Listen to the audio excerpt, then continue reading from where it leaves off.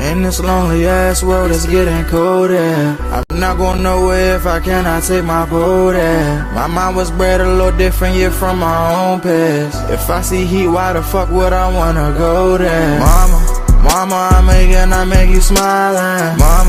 Mama, your little nigga came from wildin'. Mama, always got in trouble, I was shouting. Mama, now I'm staring at shit. Mama, I'm the pilot. Mama, if I want something, I'ma go get it. Mama, swim with the sharks, piranhas, and fishes. Mama, it's so hard down here, God is my witness. Mama, I know where I'm going. Mama, I'm a fan. It's hard not knowing who is really gonna be there for me. I wish you could be here to see me the day I start touring. Shit be on my mind every second when I'm not recording. I'm waking up conversating with the Lord every morning. I mistakenly took the wrong path, I had to rewind. I fumbled trying to move too fast, I had to keep trying. Growing up I got in trouble, told myself to keep lying. So much stress be building up, swear I be needing me time.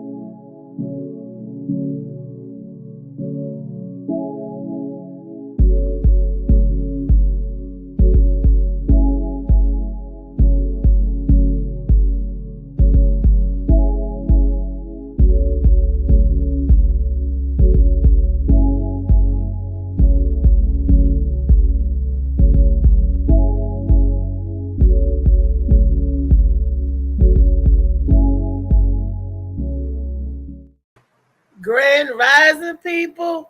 Grand Rising. It is. Let me clear my throat. Ooh, Let me clear my throat. Mercy, baby. I hope you don't mind. Woo! Today is a beautiful day. Yes, it is. Yes, it is. Today is a wonderful day for you to get Shades of Blue by A.M. Morning. Yes, yes, yes, yes, darling. This is a very good book. I want you all, if you have not, go out and get it, read it. Let's talk about it. Let's talk about the stuff that's in this book. Let's talk about the stuff, how it talks about everyday living. Even though this is a period piece set back in the 70s, you can add this to today living now and how people and things go right now. Yes. And while you adding Shades of Blue, add some good old Molly Moss, sea moss to your diet. It'll help with the gut health. Look, these are my opinions. I'm not a doctor. I am just a subscriber to Molly Moss, sea moss, because I take I'm not going to tell you guys take something that I don't even take, but I take it. I enjoy it. I like it, and it does my body well, And everybody ain't like everybody, but I suffer with allergies, something terribly.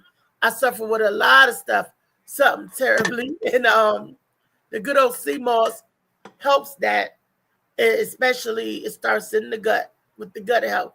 And I know what Dr. Sebi was talking about when he talked about the sea moss. Now, what I need to also get is some shilajit. I haven't had a chance to come across that yet. And burdock root is always good for the kidneys. That's what they say, using natural stuff to help the body. Today, if you didn't know, I'm going to tell you what today is. Today is Wellness Wednesday on the Morning Max Show. Boop. Yes, it is. Grand Rising to you one and all, like I said. Let's say good morning to the panel. Good morning, Trey. What's up? What you in the kitchen doing, boo? I ain't doing shit. Making some coffee. I'll take my ass outside. It's a beautiful day. It's a beautiful It day. did It's a though. beautiful thing, I went outside, baby. walked the dog a little bit. So it was kind of nice outside. Okay, Molly Mall, Grand Rising to Mr. Molly Mall. What's He, up, Molly? he's probably busy doing 100 million things, but I want to acknowledge my super producer and give him love this morning. Love, peace, and wisdom. And hair grease, okay? Shit. Love, peace, and hair grease. Yes. Oh my goodness, that is an old saying that from back in the day. You know what? I just love those old sayings because when I hear them or when I say them, they tickle me inside and make me feel good. So I'm going to challenge everybody today to go around and talk like they did back in the day. Say some old sayings and see if the people, Hold Joe to blow. That's mine right there. the people know what you're Hold talking Joe to about. blow. They would say, "Hey, what's going on?" They said, "Oh, like you say, what's up? What's happening?" And they go, "Same as old head." You be like, Yeah. "Same as old head." Chilling in the cut was one of my favorite ones. What was it? Chilling in the cut. Chilling in the cut. Oh, we used to say chilling like a villain. Yeah. On a Yeah. smooth tip. Oh, yeah. We sure did. We had a rap song, a smooth, Yeah. yeah, On a baby. smooth tip. So That look. I was with the shit. we used to always, it was always something different when coming up. And we used to use people last names or first names. What you doing? I'm chilling in this Johnson or chilling in this Billy. Billy was everything. Billy, what's up? Hey, they up all up in that Billy. I'm gonna blow these popsicle stands. Huh? Trying to blow these popsicle stands. Blow the popsicles. I know that's right. Oh shoot. Shit. But who you join is this? Man. That's what we was doing back in the day. Good morning. What Grand Rising. Sorry, Grand Rising. Oh, Grand Rising family. see, Woo! that's enough. I was making calls this What's morning, up, Molly? making some moves. So hopefully I can get Mr. Clark from Clark Realty on with us soon. Uh-huh. And some investments and talk about some stuff. Look, I know, especially LA, Josh Preston. hey, Freshton. I'm gonna call him Freshton. He always getting fresh. LA Josh Freshton. Mr. Fresh. So fresh and so clean. I'm dead. You know what? Your name, Josh, used to be an old saying.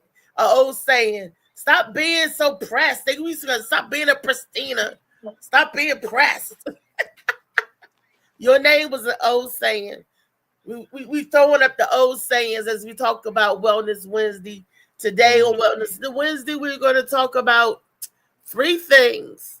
We always talk about the body and all that good stuff, but I want to add a couple of more things to the body that you need to get for wellness. We're talking about financial wellness, the financial literacy. What's up, friend? And that's any tip on how you could save money without having to borrow. Good morning, Francine. You know what I mean? Yeah. And we're also going to talk about our mental wellness. Look, our mental attitude gives us our altitude. Ain't that what they say? Your attitude gives you your altitude. So we got to get our mental in stock. We got to get our pockets straight in shape, and we got to get our body. We got to get our body moving and grooving. That's another one. Moving and groove. That's another old saying. You know, right up there with rolling with the hot sauce. That was in the 70s. You're rolling with the hot sauce. That was right up there with tacky. That was in the early 70s. All right, don't get to calling out old shit and think I just know just because I Some old saying. Hope Joe the Blow was in the 60s. Hope Joe the Blow. That's my shit though, right there. Hope Joe the Blow. You know, and it's funny. It's just funny how all that stuff plays together. and we got to get it together, especially if we're talking about health, and health is wealth. We always say that. I always say that health is wealth, because without your health, you don't have nothing. You can't make no wealth if you're not healthy or able to get around and do what you need to do. So Yeah, you're yeah, right. we got to make those little changes. You're right about that. And I got some tips, and I went and enlisted some help from my friends to give me some other tips. We got some videos that we could listen and go through and point out some good old things. Yes, yes, yes. For some reason, I'm not sleeping well these nights. I'm not sleeping well. Mhm. Well, I can't say smoke weed, but you know there are medicinal. there are ways to you know to calm your nerves other than smoking. Be able to get a I don't know good if you don't drink any nighttime teas, or I know you try to be careful with liquids and all that, your intake, but you don't do oh, any herbal teas or not herbal, but you know what I mean, like nighttime teas or yeah, like whatever. chamomile or like that, like chamomile. I mean, I don't know the brand specifically, but any of the like nighttime aromatherapy type Oh, of, no. You know what? lavender teas or. My son gave me these things. I'm scared to take it because they melatonin gummies. But it says Why are you if you afraid to take it? they say you got to dedicate 8 hours of Oh, that's to sleep. be safe. That's because they don't want to get sued. So they don't want you thinking you can jump up in 4 hours, take a little power nap off of it. That's just everything's not literal. You know, Okay, you okay. should Then I give got that's a some. clearance window you should give yourself if you're gonna take something. But that's so they not you don't jump up in 5 hours thinking that oh, I'm good to go, and you crash or And something. you They just grab. trying to. Okay, It's just a warning. You know. okay. Then I'm gonna go ahead and try my baby's melatonin because he got it and he ordered it for me so I could sleep, and I'm going to do him a solid, and I'm gonna try. He get it from his Amway products. He was like, Yeah. "Mommy, you need to take these. These are vitamin supplements. You know." And I was like, "Okay." He said it'll help you sleep at night because I'm in a lot of pain at night. Woo! I know Aquarius knows what I mean when I said I'm in pain at night because she's dealing with lupus herself. So I know she knows what I'm talking about and with the pain when I say it, and it comes at night. It's like when your body's at rest and you just trying to lay there and be still, everything be hitting you. Bang, bang, bang. I'm like, like what's going on? Shit, and my head be knocked out. well, You know. Well, they said that what the doctor says because the nerve endings are trying to recharge and reconnect. So I'm like, dang it, do I want it so bad? Do I want to have it messed up where it don't try to reconnect, or is it because it's a good thing that it's trying to heal and you reconnect, but it hurts. Healing hurts. Exercise hurts. Moving anything good for you hurts. We're gonna get ahead and talk about this financial literacy. That's gonna hurt because the first thing I noticed with the financial part of the Josh, stop. wellness is what Josh says. He said that's You gotta people. get a bigger screen so I ain't gotta read that shit Look, to look, you. I see what he said. Josh does nasty stuff. Hey, Mr. Preston. I ain't think it was Kenneth anyway, Josh. I ain't think it was him. I can see it clear as day when it say Kenneth Clark or Josh or whatever across the screen. Nah, I ain't tripping off no shit. That's the kind of tea that'll put your butt to sleep, Josh. That kind of tea get me moving and grooving. I get some tea He like said that, I'm gonna be he up like said a go to fuck to crackhead. sleep. He said it's called go to fuck to sleep. He's so fucking stupid. Look, look. If I get some, some nookie, the nookie never put me to sleep. The nookie gave me Uh-uh. energy. Mm-mm. Mm-mm. Is that what he's saying? Get some of that. Mm-mm. Don't even And want then to knock go up. and get all into Yes, because today is Wellness Wednesday, and I it. don't believe that'll make me well. Well, Mm. anyway, like I was saying, the first rule of our financial help and tips I look at that. If is it's a true. budget. they said you got to plan a budget for yourself. That's the first thing, y'all. Getting on a budget, and that is so hard. It's easy to make one, but it's difficult for people to stick to it. Doing little things like stopping and get a cup of coffee or spending anything outside of what's on your budget or what you allotted for different things. Yeah. And we do it so frivolously, not like not knowing, you know what I mean?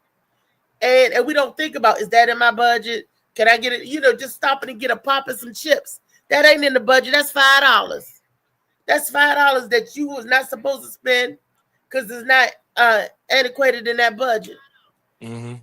So and we got to do a realistic plan, a realistic budget.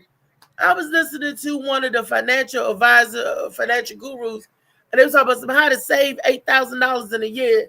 I was like, how to save it? I'm trying to make it. How can I do if I get that in a year, I'm doing good, So Yeah, I mean, I've been reading into a lot of books that somebody got playback.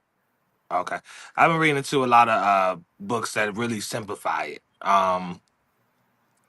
It's not as complicated as we make it. It really isn't. Just to looking into a period, people have to want to know about it. People want to have to find a way and figure out. When people finally get tired or whatever it is they're going through, everybody gets tired of being tired eventually. That's what's gonna make your ass start to look into shit. Because after a while, I'm like, okay, well, what everybody else is doing doesn't really seem to be working for me. So it's time to look up some things, understand how things work. But it's really not as hard as people, think. And they have all types of little one of the books that I'm gonna buy is a budgeting book for some of the females, just because the book is decorative, like female, it's pink and got flowers and shit on it. But it's the budgeting book that's marked by numbers. And each day, I think, or once, a couple times out of the week, like 3 times out of the week, or once a day or something like that, you can put one of the numbers in. So if you bought something in cash that day and you had like $5 in change, there's a number 5 that's on one of those pages, so you can put a $5 bill inside. And I think it goes up to 100. So each time you're putting that amount in, so you have a $20, like the number 20, you'll put in $20, whenever you can, or build up to it or whatever, whenever you can. If there's the number 56, that's $56 you put in there at that time. So it's like whenever you're ready, you come up with one of those amounts, you just put it in there and store it away. And some people don't have the willpower to like not touch their money, but I mean, I don't know. I've been finding all types of little ways to budget and set money aside with what I have. So, and I recommend y'all ass get out there. Don't be too high and mighty or whatever to do some DoorDash, some Uber Eats, some Lyft. It's a lot of, third party services that you want to be mindful of how much money you pulling in, when it comes to your 1099. But at the same time, there's a lot of ways out there. If you have a car, you have something you can walk or get to a grocery store. There's a lot of in-store pickup type places, so when there's a will, there is a way. Yeah. Look, I can tell you personally, I'm one of those people that ordered from Giant or Amazon people to do the shopping. Yeah, Peapod and stuff. Shoppers are needed, because let me tell y'all something. And when y'all out there and y'all one of them shoppers, please don't be them little lazy ignorant shoppers. Instead of going to look for what is on the list, you just say, "Oh, it's out of it. Don't have it." That ain't shopping for me. You're changing my budget right there, because something is either going up or going down. Or when you messing up with the substitute or whatever, it's not on the list, or just saying that I don't have it, you're messing up the meal, the meal prep, because I prep that way. I meal plan. I said I need this, and this. If I don't have my certain stuff, I can't prep. Now I'm like, I know good and damn well Giant ain't ran out of this, or Giant ain't ran out.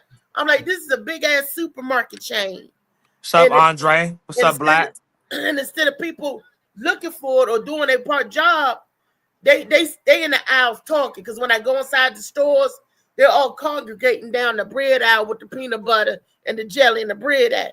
And I'm looking at them, I'm like, Everybody talking and keying instead of you shopping for the people, but you telling people they don't have this, they don't have that. That's because you're not looking. So you got to be mindful of that too. I'm one of the ones I call John up. Oh, you ain't got this or you ain't got that. See, they get mad at me. Let me tell you what they do. If I order some chips or something, they'll put or stuff that's heavy in with my chips. I call them right back up. I say, hold up. How you gonna put my chips in with my juice? Or how you gonna put my bread in with my fruit? Bread be all question. I call them right back. If I would suggest to people, anytime everybody, I think for the most part, has the time or the avenue to be able to grocery shop themselves. I feel like as much as we can continue to do ourselves without cutting corners, that's not everybody's scenario. So if it don't apply, let it fly. But at the same time, I feel like we can stop cutting corners like that. Because crushed bread and shit, I feel like it's small scenarios. That's just my opinion. I feel like that's small scenarios. We can take the time to at least pick out our things ourselves. When we start giving that type of shit up, we subject to, they're gonna pick out the raggedy ass vegetables or whatever you're trying to find. This shit. So we gotta not let go of that. If it's a needed resource, that's fine. But if you had the ability to use somebody around you, family member, somebody to live in your house, to take your ass to the grocery store, I'm sure somebody got 2 hours to sit and make sure that they getting everything according to their list or to their budget. But I love grocery shopping personally myself when I'm able to get out and do it. One, it lets me get out. I'm out there. I'm like a bird in a cage. Mm-hmm. And I guess that's why I squirrel. Because I'm like, ooh. I'm like that in the store. I'm squirreling. Yeah. and I like to, like you said, pick out my own stuff. There's nothing like picking out your own. Then you at the mercy of somebody else to see. Let me see what they bring me back. You got a comment from Andre. Feeling. You got a comment from Andre. He said, "What happened?" He said, "What happens when you have 8 cases of water and a lot of groceries? People don't even attempt to help with the stuff." I don't know if you mean by the people that used to be like courtesy clerks that used to assist in the parking lot since you get stuff to the car, or you mean like, because everything, the rapport with these jobs, grocery stores, restaurants, rapport is at an all-time low. This is the worst era of customer service and all that type of shit that I ever seen. So this is the era of help your damn self if you want to make sure you can guarantee that shit is done. They don't even get bags no more. They don't. That motherfucker with paper bags. I got halfway to the car, all my groceries popped out. I was mad. Rolling all over the parking lot. Yeah, I went back to Dollar Tree like, man, god damn, Slim. I used to go off in here. Now I need some bags or something. They was like, yeah, that's all we can do. They gave me some more little paper bags, but I had to double them all up and go back outside, grab the shit off the ground. I took it back, and I grabbed all the same shit again. I got bags, Molly. You need some bags? I'll make sure you got some. Now that was early on. No, I mean bags you can keep the giant, the giant bags. Yeah, I be buying them type bags now. You don't have to buy them. Don't buy no more. Your big sister got you. Cause I got it out the yin yang. So when you go in the store, when you go to Dollar Tree, wherever you go, put that giant bag out and be like, yeah. I remember when that used to be. I'm just responding to what Andre was saying about the clerks are not helpful anymore. He's referring to delivery drivers. Oh well, shit. I try my best to. Water. I try my best to communicate with everybody to the T. Let them know I'm there. I don't really do you can ask me questions and all that, but let them know I'm there and let them know like when I'm getting in the car, making my way to them that I'm about to pull up, whether it's a drop off or a personal like hand to them type of order. I mean, all you can do is try, and then you push out the energy you want and it'll exude onto other people, and people will start to do that shit. But and I believe in giving my driver tips. What he say though? Delivery. He said delivery driver. Well, because I live in an apartment, Andre, and what I do because I'm on the bottom floor, I communicate with my delivery driver. They're supposed to come to the building, deliver at the door, but I stop them. I track my my route. I have to track it because people in my building steal. So if you won't track your stuff, you go and your stuff is gone or missing. But so I told them, come instead of you going all the way down the hall, because they park right out front of my patio. I said, roll it right here. And they was like, what? Bet. boom, and they roll it the water to me, and then they said, I said, just set it in the seal because I have my son moving later, and they do that, and I appreciate that. Boom, boom, there your tip. You get your tip, and we keep rolling out. So I do because I'm one of those ones that get 4 cases of water because I gotta get the water for the month, and I do go to Walmart, and they delivered because they did Giant with the water and stuff. I try to be mindful, so I may get 4 cases from here, 4 cases from there, but I try to be mindful and not put it all in one trip because I like have to have certain stuff now that I'm watching certain stuff, and certain stuff is heavy. I mean, I think that's considerate, but I want people to go back to knowing what the fuck they signed up for. Excuse my language, but just like Andre was saying something about the clerks. I mean, number one, they used to have positions be a little bit more prideful than they are now. A lot of that shit doesn't even exist. So I don't see, the person that's the maintenance person is the person that goes outside to get the carts down, or the person that gets the spill. So it's not no job where you dedicated to making sure you getting them lines out and you efficient. I come from like working in grocery stores and stuff. So to see the overall decline and I have family members that like worked in a grocery store when that was a good job to have, like equivalent to what a teacher was making or whatever, career at the time. To see the importance of morale and stuff go down is disheartening, for somebody that's looking for a career that people give a fuck, if that makes sense. But yeah, you right. It's people attitudes. It's like it used to be a time they'd be like, "Hey, welcome to Safeway. Can I help you?" You be behind the butcher's like, "Oh, can I get a pound of this meat? Or can I get a pound of that?" And then sometimes you be like, no, make that a half a pound. If you do that nowadays, they be like, the attitude is all out in front. You were like, you hate to switch up your order, or you hate to ask for, and I'm like, hey, I hate to see it. I hate to see it. The rough days, they be having them rough days, and then you do get some people that actually care, that say, "Hey, Miss Lady, I'm gonna make sure you get a nice rotisserie chicken," or I ask them, "When are the good chickens coming up?" Whatever. This lady, I think I vented about it on air. It happened a couple years ago because I was still in the studio at Iverson Mall. I went to the Giant at Marlow Heights. I'm gonna call it out. Went to the Giant at Marlow Heights.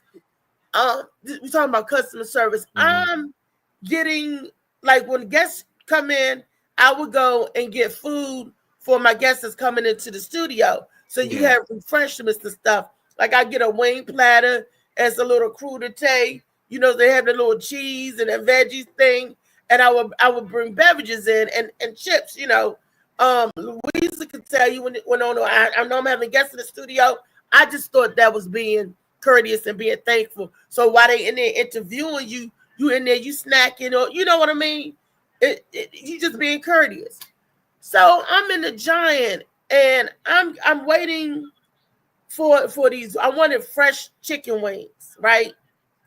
And she must have thought I had an EBT card. I was getting it on stamps. I'm like, bitch, this is a debit card coming out of my bank account. I'm using cash. What gave you the incline that she meant that? Because she told me I couldn't get no hot wings. She was like, but why did she say? I don't know why she, whatever, or what she was thinking or thought or whatever. Maybe because that time of the money, I don't know. But I'm in there getting the chicken. I said, "No, can I have some fresh chicken?" She said, "It's over there." I was like, when will the fresh chicken be up? Right? So the other lady packed it and got me the hot chicken. She was like, "You can't get hot chicken." I was like, what the fuck is you talking about? You about to get boo-boo. So I got my stuff, and I heard her tell the other girl, she don't need no damn chicken anyway. Look at her. Baby. I stopped, and I turned around. I said, before you talk about people, you need to know or make sure they walked off or they're not in earshot. Yeah, thanks, Dre. But I said, your customer service sucked. I went right around to their manager. And that must not have been the first time. I said, I want to Shut make a up, formal Josh. complaint Shut to up, the Josh. manager. I said, Uh, your customer service stinks and your staff stinks. And I told him what they said.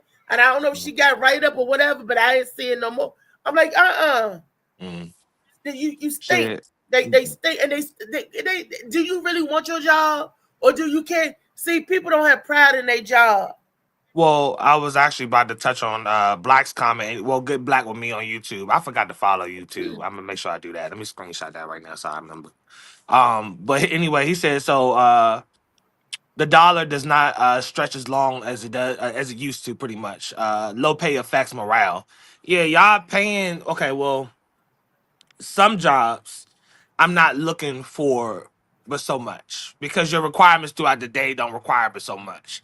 But the way that these jobs are robbing the shit out of the people that work there. I've watched people's personal emotions. You know, I realized quick these managers. I told you the other day, these managers and stuff are human beings. These shift leaders and key holders and all that shit. And I'm in reference to retail. I ain't talking about corporate, whatever, but it still works just the same way. These people have human emotions. These people can be spiteful people. They can be great people. They can be people that want to stop your bag. You know, so I had to step back from a lot of that shit mentally because I realized people don't matter what position they hold, they can mess up your bag if they want to. They can get in the way of your progress if they want to, with your Mm. finances. So but that the morale, what you're paid, what you have to deal with, customers can cuss me out over a cup of coffee. Me personally, I'm the shit. It's coffee, so you ain't about to make me feel no type of way at the end of the day. But it's just that standing there with a smile, type shit, the way they will, oh, it's okay that they cuss you the fuck out, but we just want you to, smile a little more and just fuck that. It's a weird mental game with and them low paying ass jobs is the type of slap in the face that makes people like not want Make them want go what's out here. off, Yeah. or make them go off, or send them I, over the edge. I But should just see why I see why people don't want to deal with this shit. customers I can really be see why. nasty because, and my, I experience a lot of that. People, period. It's on both ends can be nasty, and you just got to learn how to handle those type of people when you come across it. Like I stopped. I heard what the girl said. I expressed it how I felt to her. Then I went to her manager and expressed that you need to teach these people how to give good customer service because your training sucks. And I proceeded, and they was like really apologetic, and I'm like, we do it to our own. You coming in there and you in the deli counter and you trying to clap on somebody that's in here purchasing or getting. I guess she said she getting all of that food early in the morning. What's that for? It's none of your business. But I need my fresh wings. Right. Early in the morning. Early, early, early in the morning. Molly, come on. But I Wellness need Wednesday. them. It's for my studio guests. And I wanted it hot because we're gonna be there for a few hours. So if I'm getting fresh wings at 10 o'clock, I want fresh wings. What's wrong with that? Instead of taking the wings that's in the refrigerator section. So it was. So she wanted you to take cold wings. You saying? Yes. And when you asked for fresh, she pointed to the cold. Yes. Like I just put them out there. I'm like, Why would she say that about cold wings though? They cause got she don't wings know no better. She don't. early in the She don't. morning, It man. ain't. And she. I guess she's looking at the date wise. She said, "I just put them out there." I'm like, I don't want them damn wings. Maybe she thought it was your. Maybe I it didn't want come hot out to a wings certain in. time. Maybe it didn't come out to a certain time, and Yeah, she assumed that you think because 10 o'clock. What time did you say? 10. It's a yeah. little early to have chicken and shit out already. Being somebody that worked in the deli and grocery store and all of that. Um, just assuming that it could be more so that you was talking about chicken that's readily available or the ones that you like that's cooked, but you like throw back in the oven or whatever at home. But 10 o'clock on the dot, unless you ordered it, is a little early. Right. It's neither here nor there because it's still about the customer Look, service. I and how look. you- That's what time they But- was coming up because they was doing it in the back, and I knew that. Because I'm a greedy fat girl. I'd be like, what time that? Oh, so you knew the come up? schedule.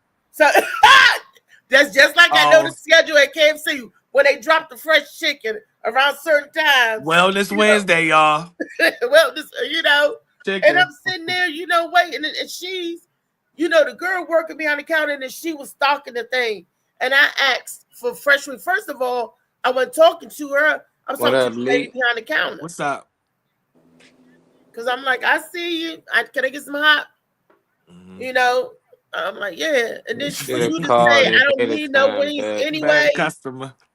No more wings For for you to you, say, Reed. Malik. huh? Cause she's probably one of them And they said problematic you should have ass called fucking ahead of customers. time. Bad Cause I used to customers. hate And he shit said like no wings for you, Reese Yep. Malik. it be the Said no black more people that want to walk up talking about, is this fresh?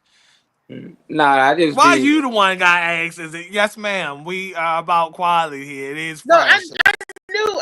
That's why I asked. I I'm know like, that's not your scenario, oh, but I just know how because they was customers putting be in doing. the I hot. know They how was people putting in walk the up to the hot. counter too. They was putting a hot bar together. I'm standing there, and then they putting the hot bar together. I'm But like, that's so it normally come out at 10 o'clock because that's kind of early. no, they normally put that hot bar up because people yeah, be in early. there. But the chicken be, trying I'm for talking lunch. about for the chicken and But that- rotisserie to be out. Not the rotisserie. This was the hot wings. This was the fried chicken that they had. Oh, for that the go on the people hot coming bar. in. Right. So Like when it's you normally go, out by No 10. wings. They normally Right. be out by 10 o'clock on the dot. now not on the dot, but around 10. That's when they setting everything up. And I was sitting and wait till they finish setting everything up and go in. But then because it's cooked and they putting it in the window. Yeah, but she never brought nothing out to the hot bar. Yeah. That is their hot bar behind it. She's giant- saying you gotta take whatever already sitting out there. Reese wanted No, fresh she wanted wings, me to right? take the cold wings. The girl was pointing to the cold, but I'm sitting there watching you put Huh? your hot bar together. Cold wings ain't near the hat shit. The hat You- shit over there. Hot by bar is itself, usually the cold isolated. wings. At the It's an deli, island at that's- the She tried deli, to they sell you have an uncooked where roast. they have your wings, your fish, or whatever, and they get it, get it to you. And right there is the bar for She your tried to get Reese sandwiches, sick your out wings, there. and all that stuff right there at the side. He said like, that chicken was shit. half Reese been different. Being It sound fucking like it. extra. I want the fresh shit. All right, ma'am. Right, because It's I'm gonna be taking 20 it. minutes. Give me a, They're Like putting it up. McDonald's. I'm standing there watching like this. Because if they putting it out, then I would just wait for them to put it out. If I know that I would walk around a little more and just look at shit or check some prices or some shit while I'm in there, thumb on my cell phone, play Mancala or some shit, I don't know, and give them 15 minutes, 20 minutes to get the chicken out. I don't really understand what happened. I gotta be at the studio. So I'm asking. I At see the this big ass. studio, And you can't get the chicken today. What the fuck you talking about, man? Get the fuck on. Man, I'm like, can I some get of this some, pre-select shit right you know, here. I ain't get no pre-select shit. But I gotta anyway, go. Tell them Reese. right. I'm Nah, like, can I get some hot? Reese ain't eating all that chicken early in the morning no more, y'all. That's back in the day. We're not doing that. I No wasn't eating chicken it that back early. then. I wasn't eating all of that back then anyway. It was Ain't for the nobody studio. arguing over no chicken if they ain't eat none of that shit. It If was- I'm just getting it for the guests, I'd have been like, oh, that's cool. Then, Oh, hey, I y'all tried to gonna get some y'all fucking some muffins chicken. this morning? Fuck y'all talking Well, about? I would do that. We Reese did muffin nice. and donuts. When we would do our double tap Thursdays, we was there all day, like 4 hours. Oh So, yeah, and my guests, that's a long time. and my guests would come in, right, and that's when our guests come in on double tap third. Look, Slicky would come in there, come up, and he'd be Order like, food. Slicky Y'all like, having some "Beverly, more, give me ain't y'all? that bag Oh of chips." man, I y'all was would buy really the doing. box of chips and stuff. And Louisa would tell you, and the other shows would come in and be like, I know you had guests today. What you got left over? Can I get a soda? Can I get, I was just, that was our one day a week where we found out. Don't she look good? Looking I good, told her. Riri. I told her. Malik Yeah. said you looking good, Riri. Thank you, Malik. Look cute today, don't she? Yeah. Mhm. Type Trying shit. grab her stump. Trey made me go in my closet and play with it, but don't play with it. He was like, Oh yeah, Trey. I ain't say go in your closet and play with shit. Had her playing I with said look around and just look around and it. see what you got in there. I ain't say play with nothing. My man Kenny. What up, Kenny? What's up, Kenneth? KJ Clock. Y'all don't even know that's Clark Kent. He just flipped it around to Ken Clark. That's Clark Kent. Clark Kent. Yeah, he got the glass. Kent. Superman. With the glasses too, Clark Kent. That's gonna be his new name. Okay. Yeah, I don't know. I don't play around though. I don't play around with people who got food that I want to buy. I don't argue with them on nothing. Like until I get my food in my hand, I look at it. Then I say, she wasn't behind the counter. She was putting the cold stuff, and she was trying to direct me to get that cold stuff. I was like, no, I'm looking, I'm eyeballing what I want. I'm like, no, I want Molly chicken, please. Nah, I heard that part. Molly, I want to know what the people gotta say. I want to know if the people think it's problematic or not. Cause to me, it sounds like somebody need to fucking wait, and they wanted to get the shit now before the shit was out on the trays. Like before the time I'm supposed to have the shit. I don't know. Y'all let me know. Well, I was standing there waiting. Yeah. I told you I was back like this. But if you were standing there waiting, the chicken would have eventually came, and then you wouldn't have mentioned this because you would have got the chicken. What the girl? She was asking the girl where the chicken at, where the hot chicken. And she pointed out some cold shit that wasn't a part of the hot bar that you wasn't. Became the thing. Yeah. Right. If you'd have waited and didn't ask, you'd have just got it. She probably didn't know what she was talking about. She probably just like shit. I don't know. Like I guess that's it. I heard hold Jody blow. You want some chicken? There goes some chicken. Yeah. You heard to say you don't need no chicken anyway. You don't need it. You know, I'm like, at least wait a minute. There's some things. You are trying to take my my liberties from me, ma'am. Excuse me. Because if I want some chicken, I eat some chicken. Don't tell me what I don't need and what I don't, you know. And I was like, wow, that's where we going. Wow. Fat joke. That's what my fault, man. They would just cook the chicken that night overnight, warmed it up or something early in the morning. They'll drop it early, and then bought the homemade chicken there. You know, I didn't have time people to do these that. days ain't got time to be cooking no more, but they got time. Actually, I did not. And that's the truth. Did not have time to do that and bring it in the studio. You know, that was a lot. So me and Terry, we would get up. We would bring the juice. We get the cups. We do everything.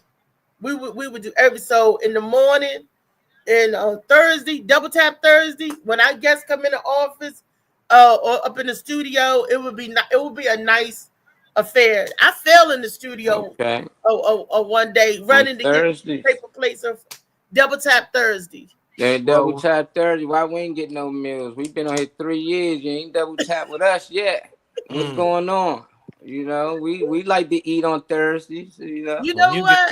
Back in the studio. I think we want to double tap Thursdays back. To go live from someplace and get together and break bread and have a meal and do the Morning Mac show live. With because that's upscale, ain't it? Chicken. Slicky was one of the guests. In the corporate office, they be having donuts and bagels and shit.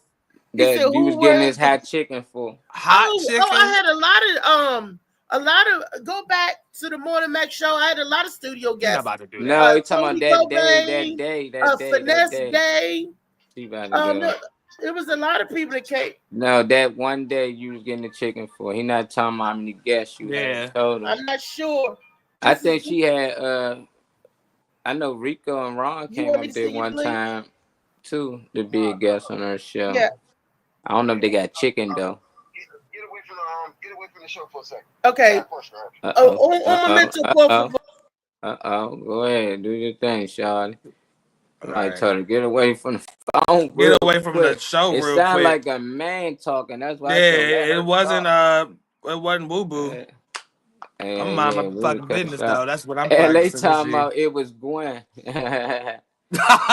You know, fucking Gwen voice is not that low. My aunt probably watching. I need to tag her. She like Reese, but my aunt purposely do stuff. Like she the one and be like, I need chicken at 10 o'clock. Y'all supposed to have hot chicken ready. I called down and they would get her free chicken before she leave that motherfucker. My aunt used to work in spots like that, so she be knowing things they supposed to do and how it supposed to be But done. I'm fine with that though, because at the end of the day, you're supposed to, for the most part, and that even them problematic people, Vicious. I end up loving them people because they, I don't know, I end up loving them people. The They ones that vicious. people be say problematic and all that shit. You doing your shit, man. I Man, used I to be get tips feeling from us, sorry for them kids. I be like, man, she got them feel like they don't know what they doing at work. We go to restaurants, man, get our food, all that. My aunt be like, we not paying for none of this. You brought my food out and then his food. It all supposed to come out the same time. It's like 20 of us. How the hell they gonna bring everybody food out the same time? They better Shit, have figure it out. a food runner. And they You have find a a way to party above a figure it certain out. amount, you're supposed to have a food runner come with you. I said, this is crazy. She know all the little cheat codes, man. And they just like, don't worry about it. Everything is on the house. I'm like, dang, she Yeah. vicious. But if you know how to play the field, then shit, I would. I might Mm-hmm. not play it that hard, but if you know how to, Man, we'll some order loopholes and shit. McDonald's breakfast, right? Leaning into the lunchtime, and then be like, they be like, no, sorry, we can't even serve breakfast. Well, I ordered that shit 2 minutes before y'all switched it over. And Nobody just even said that nothing shit about no kitty crazy. meat. Oh, titty meat. Say that Nobody was said Tink nothing Tink. about no titty meat, Josh. He Say said that was something Tink about Tink. get off the show real quick. It didn't sound like Tink Tink. Say It why you sounded got real that like, kitty meat showing. yeah, I got to holler at you real quick. That Who the titty hell meat. did you let call you off your own show anyway? That's Big Dog. I told you once she start getting it in, then It's she's gonna be a gonna be on the problem. show. Y'all be looking for the morning match, looking for this shit to be over. It's gonna be We me and ain't gonna be on Molly the and show. or whoever, just like the week when she wasn't feeling good. We. Let her catch some. And she gonna be feeling good. Like why Yeah, Reese out? She feeling good. she feeling good. A little too good. That girl So she Riri. jumped off that All phone. right, Hold so Jordan I'm blow. back. Hold Oh, on. The Jordan person Blow. on the phone will say something. What Oh up? Lord. Good morning to the Max Show. Y'all already know what's going on, fam. Who is that? Hey, what Your up, baby King daddy? Just, man? My man King Oh, that's Just. Just. Oh, all What up, right. man? That's Just. My What's bad, going Just. on? How y'all What's feeling, up? man? What's You up, know I know your Just? voice from anybody, brother. Yeah, I ain't Ain't too new. much, man. Ain't too much. On my way to work, man. You know what I'm saying? Y'all already know. I just wanted to tune in and say what's going on. I love y'all. I'm gonna be on the show real soon. You hear me? Okay, That shit. man. I'm Love. Be looking for safe, that. brother. All Yeah. right. Y'all, Yeah, that's cool. That's cool. That's He my got some man. shit Yeah. rolling. Love you. love you too, You man. I love you know it's y'all. like 280 comments Love. yesterday. All right. Damn. Yeah, they Yeah. didn't let me in there with the camera. Just wanted me to go film his performance. Oh yeah, we was gonna go grab you that time, Trey. They called talking Yeah. about no other cameraman can come in there. I'm not Yeah. allowed. So I was like, okay, that's some Fuck bullshit. 'em. They ain't Yeah. want Fuck nobody, 'em. and then they want to sell them the footage at the end of the night, all the performance. So they That's kept why, putting so you can it on control Oh, that. camera. Yeah. You can Yeah. control that output. But the That's how. footage wasn't good. Mm. You gonna sell the footage after that shit should be A1. I read that shit wasn't What you good. should do is compile all of what the people capture for the people that they rolling with, because you're gonna want to try to do the best and capture the best angles and all that shit for in audio, or the professionals, the ones that give a fuck. You're gonna try to capture the best for them. So I would think you would actually get it from you can submit your shit and it be compiled together and edited or something. Yeah, You nah, know, they be hating. They be competition. that's that DMV shit. I'm from here, so yeah. Mm-hmm. yeah, I, niggas I, be I on that. did that before. Paid for the footage of my one of my shows, and I don't think that it turned out right. I'm like, well, damn, I could have did a better job using somebody or my. But that's one of the hustles. They say no, you can't film yourself or you can't record. Like when I used to do Baltimore Comedy Factory, they wouldn't let us record. We wouldn't be doing them type of venues. How you not gonna let me film myself? You're not gonna let me They, Let me monetize feel myself. myself. I understand Mhm. the other comedians or the other performers, but I wanted my own, my myself. But Yeah. Yeah, that's they was how I like, normally go. They say don't record anybody outside your artist or whoever you here with. Like, okay, cool. Right. And then later they be calling, talking about, did you get the other artist? Like, did you get such? Like, nah, damn, man, we needed that. No, I ain't record. I had a comedian at Reese when we had a show. One of the comedians told me, don't record me, take no pictures of me at all. I said, cool. Yeah. So You know who I told you said that to me at 210? Yeah. That was down 210, and I did the video, and I did the black and white pictures with everybody that came out real nice. And this motherfucker was hitting me telling something. You ain't had no picture of me, not one, no video. So you talking about the person? Is it a short person? No, it was a different one. It was a different one that did. All right, because I don't really like that motherfucker anyway. Nah, he cool, I guess, but at the time, I guess I know he's who feeling you're talking himself. about. Yeah, No. It was a different one. It was a different comedian that told Molly, no filming. Yeah, that's when we was at Ananon, I think. We talking about financial literacy and all that shit. You can't push away your fucking clientele before they start attaching to your dumb ass. So, you know, like, that's what people too quick to navigate to is the person that told Molly got a name, a little following and everything. Yeah. And he was like big headed. I ain't know that. I know who he was. So, you know, and Molly was like, I'm just, you know, and the person that told Trey was somebody that's upcoming when we was in, you know, upcoming like a motherfucker. I'm not even trying to cuss excessively on Wellness Wednesday, but upcoming like shit. Local is, I'm talking about a block away from my house type local, not nowhere. And then look what Trey face. Trey was like, I cut this shit off so fucking quick. I'm not filming shit in here that I'm trying to fucking monetize, so don't worry about it. Let me delete this shit real quick. Cut this shit off. Yeah. Save my battery, nigga. You know? And it was nigga performed too. He had a good set, and that's why I knew he probably wanted that recording. I was like, dang, he just funny. You know, I don't know who he is. And then when everybody seen their pictures and stuff, they like, damn, he like he's kept. I'm like, who is this dude? I didn't know who he was. Then I found out, like, oh, I'm like, I ain't take not one picture of you, and the one I did, I deleted it. In the video, I stopped. Yeah, once you asked me stop, I stopped. I ain't the type nigga be like, oh, I'm still record and be sneaky. Like, nah, anytime come near you, I be like, nope, let me cut him out. Like, see, but this nigga rolled in here after the fact. But so I was already filming. This was your show. This was you was hosting. You know, I was filming for you. Yeah, you came in there. Everybody else, nobody had a problem, whatever. But you came in there last minute after all is done. Number one, it's only me and a handful of people in this bitch anyway. But number two, you walked in here late as fuck. And Trey, let me tell you the reason why. And this is so indicative of these comedians. I'm gonna tell you the reason why. He claims that people were stealing his jokes and he didn't want to film his jokes. Then I found out that he is a notorious and I was like, make that make sense. You don't want nobody, you know, the dude to him what he doing to others. You know? Exactly. I can't figure this. You talking about it was Philip Page? You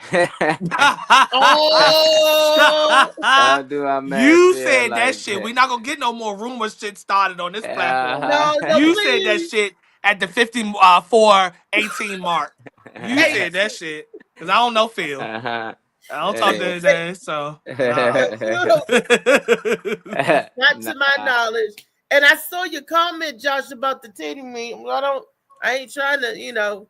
They didn't give me my bra, so he's trying hard to get. I don't know who the hell they talking about. Yeah, but nah, you get stabbed, robbed, gagged, and all that shit out the back of that place. That it was my show. It was my event. The nigga was saying don't record him at. You know, I could have been like, hey, get the fuck. You know, I was like, nah, it's cool. The fuck out of here. Molly had the boom recorder thing on the recorder that go around your body. I'm like this. Hey, Molly, give me Molly. I still got that picture of Riri sitting down. So I'm like, you know. But anyway, financial literacy. Let's get back to what I was saying about the budget of us having a budget. That's where everything starts. Let's share a video. Let me go to a video. Let's see. I go to the all the way the one up to okay, the first one at 10:30, all of them 10:35. Let's just go to the top one. To the top one. Hey, Blue String. Yes, right. Type shit. Hey, Anyway, Phoenix. I'm trying to figure out who told March to be this damn hot, first of all. Oh man. No, I love March. I Mhm. love this weather Little and warm out this March. mother. Look, It's hot. Phoenix. It's hot. Can you tell the Yeah. lovely people in the studio on my double tap Thursdays that I have libations of food for the folk? Chicken. Early in the morning. She had a spread: fruit, chicken, Killing people. sometimes sandwiches, sometimes salad. Well, yeah, salad, all that. And how she do us? When the last time? I ain't getting nothing on Thursday yet. You ain't been in. It been years. Look at Trey. Been Disgusting. years. I don't even pay no mind. I ain't even say nothing. Didn't even say nothing. Look, those days are gonna come soon, baby. Don't Molly, don't worry. Look, we're gonna do something together, and we're gonna do a Morning Max show. Definitely. It's the new year. somewhere. Yeah. It's Yep. almost April. Tomorrow's New Year's. Yeah. I thought it was today was the first day of spring. Tomorrow, though. the first day of spring. Tomorrow. Yeah, tomorrow. Tomorrow's the New Year. That's And when it's coming things in with a come bang. back to life. Yay. It's Yeah. going to rain tomorrow. So what better day to rain than on a New Year bringing them flowers? Enjoy this beautiful day today. I don't know if nobody knows, but I ain't even blowing my nose. So or snotting. So that's a beautiful thing for me. It's a beautiful thing. It's a beautiful thing. I know that in the first 5 minutes on here. I should look at Reese. Clear Look at sign. Reese. Yeah. Reese got them clear signings today. Yeah, Yeah. it's got the Opened side up. parts. Got the side parts. Exactly. Yeah, you see that? Everybody, all right, y'all Turn to the chiming side, in this turn to the motherfucker. side, do it. Yeah. I like y'all little flavor, y'all little spice. Come on, Richie, do a little And behind everything the ear. nice. Okay. Okay. Boom, boom, boom. Ooh, ooh, ooh. Type shit. What are you talking about? Okay. Okay. I can't pull the video up, Molly. What video you trying to pull up? The Is it dropped in one. the chat? It's not even dropped in our private chat. That's why. Which Oh, one? okay. Which one? I can. The video. We were talking about the financial literacy, the mental and the physical, and the the one up. Like rabbit is. The ones I was saying that I added to the joint. The black lady was talking about financial literacy and Look, I Dr. added Seppi. some. You added some. It don't matter. Oh, okay. Well, you know, it doesn't matter to me. I captioned and put a timestamp on the ones that I sent in, so you can he'll know. So I know if it's on IG or the Facebook. Yeah, if it's ever coming from me, it's always gonna be in the IG group, so y'all always know that it's coming from me in the IG. I'll never send it nowhere else. That's why I send my IG group. Yeah, so we can always look in the same thing. Yeah, there go the first video right there. I think that's in the private chat, Reese. That's still in the private chat. Private chat. If it's the one with the black lady first, it's a time step of 1 minute to 5:49. No, this is just a quick short, okay. super easy money saving rule. Let me pull it up. Let's go to the private chat. Let's go to the private chat. We're gonna get in. You gotta be careful in them private chats now. Yeah, if it's not monetized, if the chat's not monetized, we gotta get them private chat monetized. Let me go every month. It's called the 80-20 rule. So when I was in high school, I had a part-time job at a bakery, but I never saved or budgeted because all I ever heard was, if you want to save money, stop buying lattes every day. But I love coffee. Okay, is it in the middle? Nah, you scroll down a little bit, but it's all right. You got it on Zoom. That's good enough then. Okay. I don't want to give up my lattes, but I'm a little older and wiser now. And that's why I'm practicing the 80-20 rule. So whenever I get my paycheck, I pay myself first by putting 20% of that into savings. Then the 80% that's left, I spend on living expenses like bills, rent, and whatever's left after that, I get to spend on whatever I want, baby. I love this rule because I can budget my cake and eat it too. Do you get it? Here's a super easy money saving rule I follow every month. It's called the 80-20. Now, that's the 80-20 rule for those who can actually do the 80-20 rule. You got to have some finances. And she said take 20% and put it away in savings if you can. Well, that's hard, especially when you got other bills. And when you pay 60% of your income in rent, and then how are you going to save 20% of your income if 60%, that only leaves 20% for food, groceries, insurances, and all that other stuff. That's not feasible for a lot of us, right? So what I would do, I would start off with a little 5%. For each pay, a little 5%. We could do that. That's taxes. We do that. They do that when we go to the grocery store and all of that kind of stuff. We just may have to start off on a smaller scale, and it may take us a longer time to get there. But we can save something. That's the importance. To me, I believe the first thing of saving is getting a budget. And your budget to tell you what you can save, and you're going to have to sacrifice. Like I was telling Molly and Trey early, Phoenix, even purchases that we don't even know that we're purchasing, we got to sacrifice that. Like, how easy is it for us to stop at the store and get chips and a soda or chips and a beverage? That's $5. That's $5 that can go into your kitty, especially if you build it towards something or save it towards something. Like I said, the hardest part of having a budget is not creating a budget, it's sticking to the restraints or the perimeters that you set up in that budget yourself. Malik said can't save money if it's in demand because it's in demand. So that's why God called it that's why God is called the Father. It's because of rain. Oh, this year. What you talking about, Malik? From earlier when I was talking about the rain. But yeah, it's again, yeah, it is in demand. They want your money. And even when you put in the bank, they borrow off that money. They use our money that we put in the bank for stocks and stuff. They put it into the stock. So it's you can try to save money. There's nothing wrong with that. Everybody's budget is different. But like you say, you can take a few dollars here and a few dollars there if you can put it in there. It's a little bit difficult when you have you don't have a steady income. Mm-hmm. Yeah. And or if like some people who have monthly income, like retirement or disability or stuff like that, it's a little bit hard because, like you said, Reese, most of your money goes to your rent and your bills. If you got to pay insurance and all that stuff, it takes away from you being able to have that access, that what do you call it, nest egg. He said, but what is actually doing is preparing for the future. Mm-hmm. Because I don't see how money can benefit you if you're not investing it. Yeah. You have to. You do have to invest. That's one way for you to build upon your money. Yeah. And your savings help for unforeseen circumstances.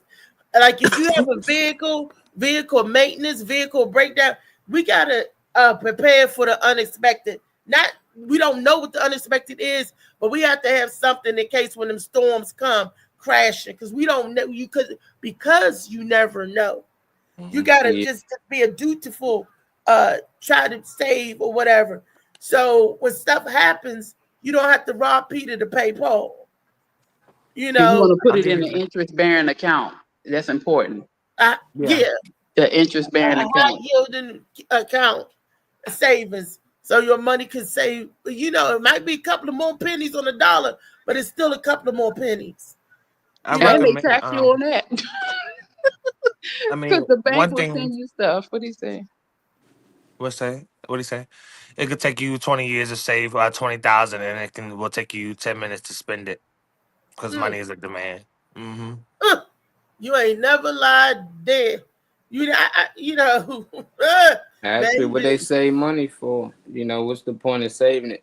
A lot of rich people never save money. They just got us thinking that shit. Like, he got all his money. That mean he saved up. No, that mean he constantly invests his money. He never let it sit still. That's why it's called money flow. As long as your money's flowing through the system, flowing out here through the world, you can constantly get it coming back. So me, I look at saving as buying product. You know, so I got jars, I got containers. I look at that as money. I could have just kept the money laying around, but I just be buying more product because I know if this sell out, I can make more money. So I try not to just have money staying around. I just try to keep investing it. Yeah. Because somebody gonna ask for it if I don't. They be like, you got $100, $200? Yeah, if I got it, yeah. But if I don't, it's because I got to make it back, you know. But if I just let it sit around, I just be passing money out or waiting till a bill come when somebody need help. So keep investing. I get it 20% in case something happen. You gotta have that emergency money, but that other money, she said, when she can do whatever she want with it. I think that's the money. You know, she not thinking logically. She must not be spending 60% of her income because ain't no way you gonna have 20% to invest. Like save, like for save 20%. Save 20%. You get your check is after taxes and everything. They tax you and everything, and you get your $1,800 check every 2 weeks. 20% of $1,800, we know that's $360. Who have $360? Well, that's you counting her money. She might make no. I'm just giving it for instance. I'm telling you for instance. This lady might make $20,000 a month. $30,000 a month. These people out here making 6 figures, you know. So monthly ain't no $5,000 a month, $1,800 every 2 weeks. That's $3,600 a month. There ain't no money to them. She'll fuck around and lose her life. She'll go crazy if she's saying that type of money. Like Molly, that's what I said. You didn't hear what I said. I said she don't have to pay 60% of her income in rent. That's what I said. That's how she can do it, though. That's how she can do it. That's what I said. And I said, you said she must not be paying 60%. I don't think even probably half. And she might be married, so she might got a spouse with her to help her out with that as well. But I don't try to count other people's money. I just know with me, that ain't possible. I think you need to really have a steady income, know what's coming in. Then you can actually sit to the side and say, I get this every 2 weeks. This is 20% I can put to the side. The rest can go towards bills, and whatever left over, I can do whatever I want with it, you know. So it's different. You show the white lady, show a black lady on that joint that's we can relate to. Then I got a black lady. This white lady got that bag coming up. But what I got a video with the is when we're living. Mostly everybody I know spends 60% of their income. Yeah, their income go towards rent. Go towards the housing. Now, if you take 20%, 60 already gone, 20% you trying to put away. I said make that a smaller, a realistic goal for some people. Some people can put 20% away. Some people can't. That's why I said do what you can, save something. Everybody's income is different because if I cannot save 20% of my income because ain't no way I can live on 20%. If I'm doing 60% in rent, then save 20%. That means the other 20% I have to live for the rest of the month on. That's food, gas, life insurance, car insurance, health insurance. Ain't no physical way. Well, bills is considered that as well. You can't separate it because you're saying it's rent, and then you got other bills. You're saying bills per that percentage goes towards all the bills. Well, the rent. The rent. The bills like the rent, the phone, the electric, all that come together. That's not separate. That is considered bills. No, I separate that. I separate my rent and mortgage from everything else because I know that rent and mortgage is the constant. That's going to be the same. Everything else I can fandangle in, but I can't fandangle on that rent.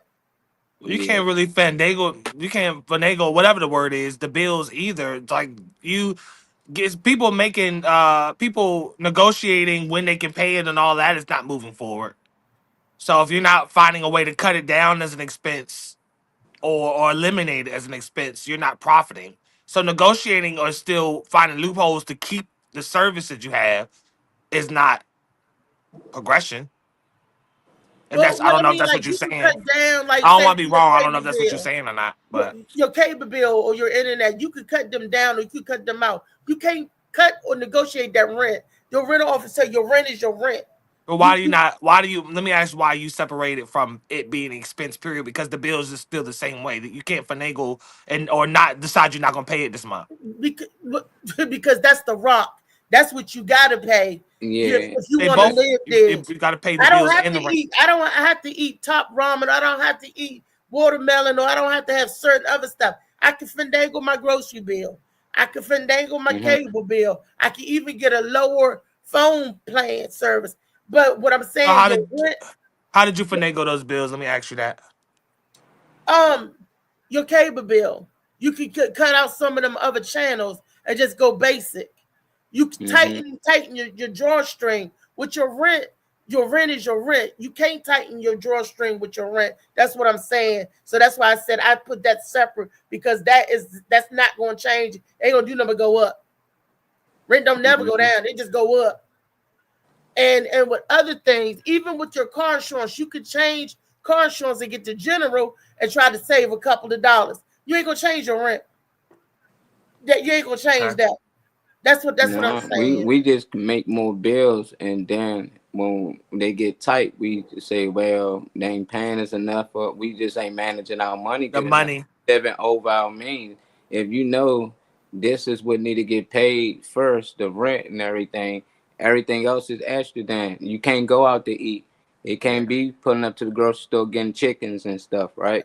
So it's a lot of little extra. You probably can't get the kids certain clothes. So it's like people still do things, buying cars and getting crazy car notes and stuff like that. It's like you really living over your means. So now you check the check because you want to be able to fit in a certain lifestyle, but it's like you can't afford it.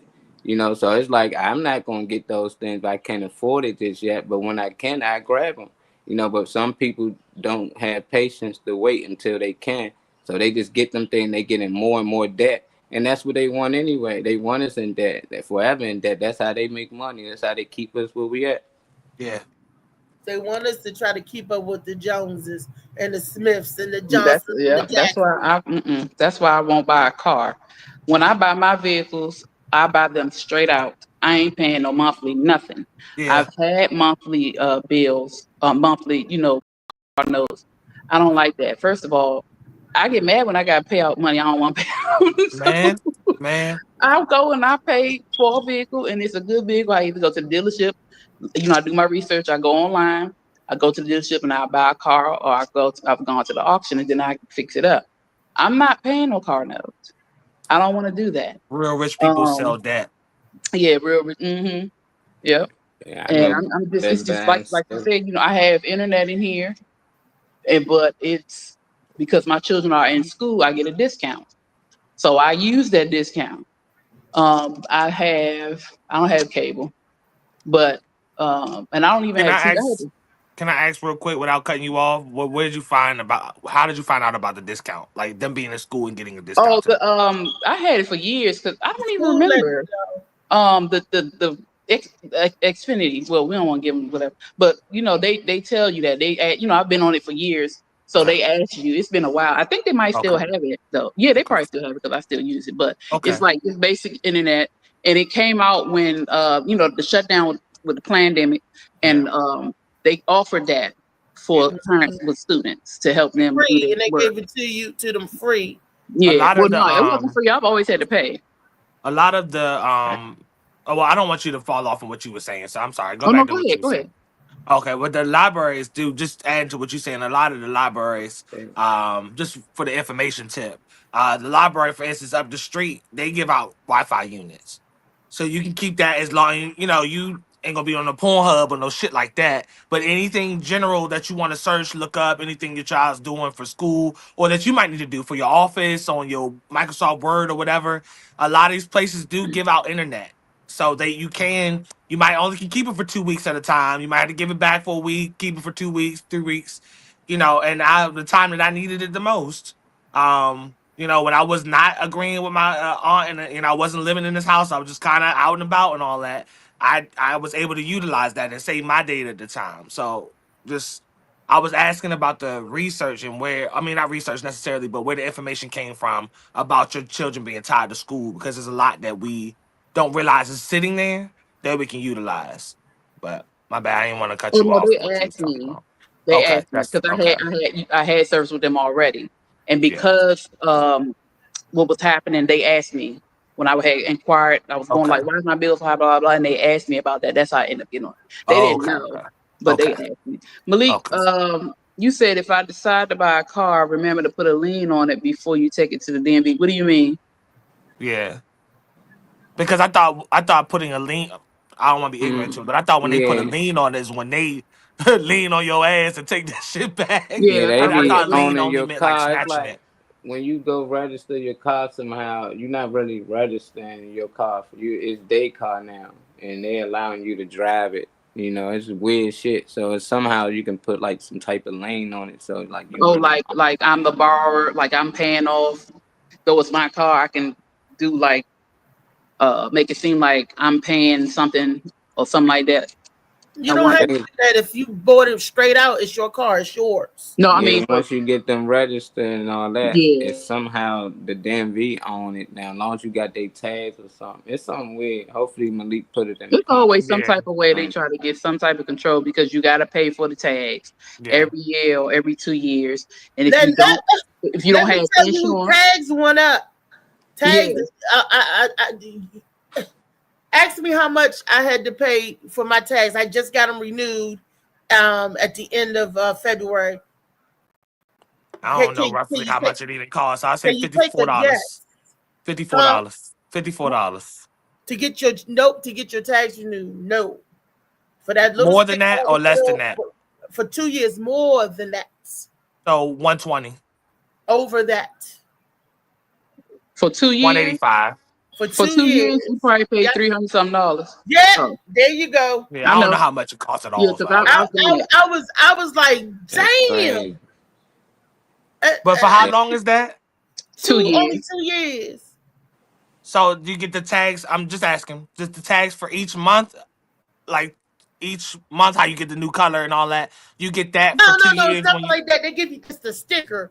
The sticker that tells you that your tags are good for this year to this year. Yeah, the color, the one that had the colors changed, don't you? So you with the month, but you don't get it every month. You just get one tag a year.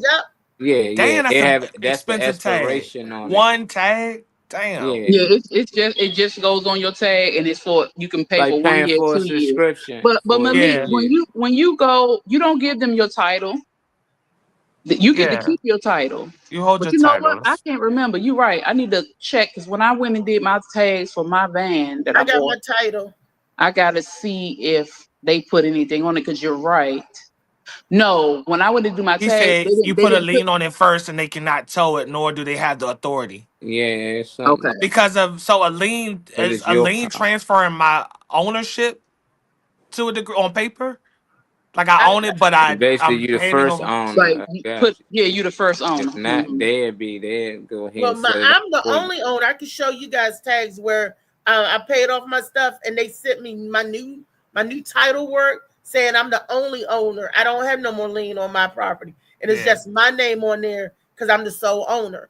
So if I wanted to take my title, or sell my car, or go to one of them places they give you money and you put your car up for a lien. We buy any car. Clear and clean. They only want clear and clean titles.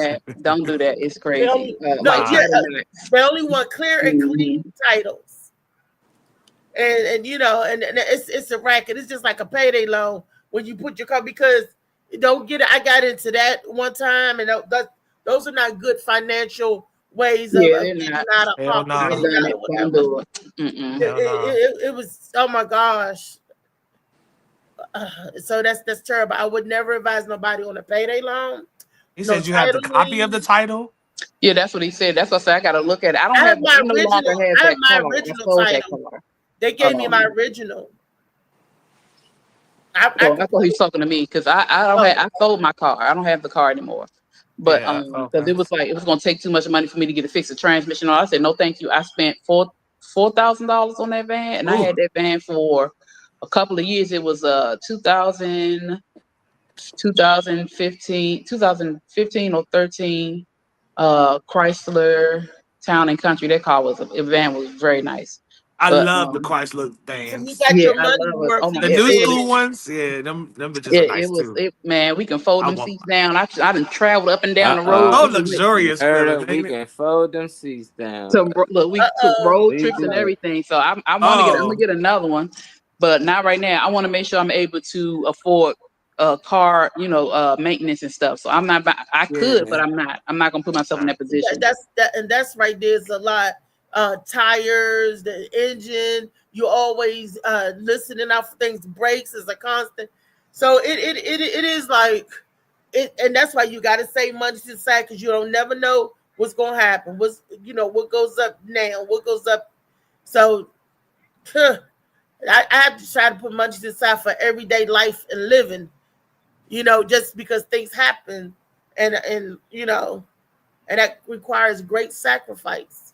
Sacrifice a lot of stuff when you're budgeting. No, look, no bull, Malik. He said try to drive without them tags. They pull you over here. PG County don't play. Yeah, and that's what he said. And then don't forget insurance. Can y'all drive without insurance in DC? No, Virginia, you can in Virginia, but they get ready to change that. Oh, you can drive without insurance in Virginia? Why you think all them DC people went to Virginia to get them Virginia tags? I didn't know that. I just thought they got the car in Virginia. I did not know. You can tell who driving it from DC the way they be weaving in and out of cars and them lanes and shit. You can tell who that's from. That's why they say Virginians are the worst drivers. Is it really DC drivers? No, they drivers. Nah, it's Virginia because they scared. DC drive all over the place. You can tell the difference between DC with Virginia tags and Virginia with Virginia tags. Yeah. But I've always had insurance, so I always had DC tags. Yeah, I wasn't with that all that shit. We went. I went one time. That was years ago when I didn't know no better and let an insurance lapse and got hit with an FR19. Okay, Malik, thank you. Okay, once you become a secure party creditor. Oh, go ahead. No. What he saying? The third party creditor.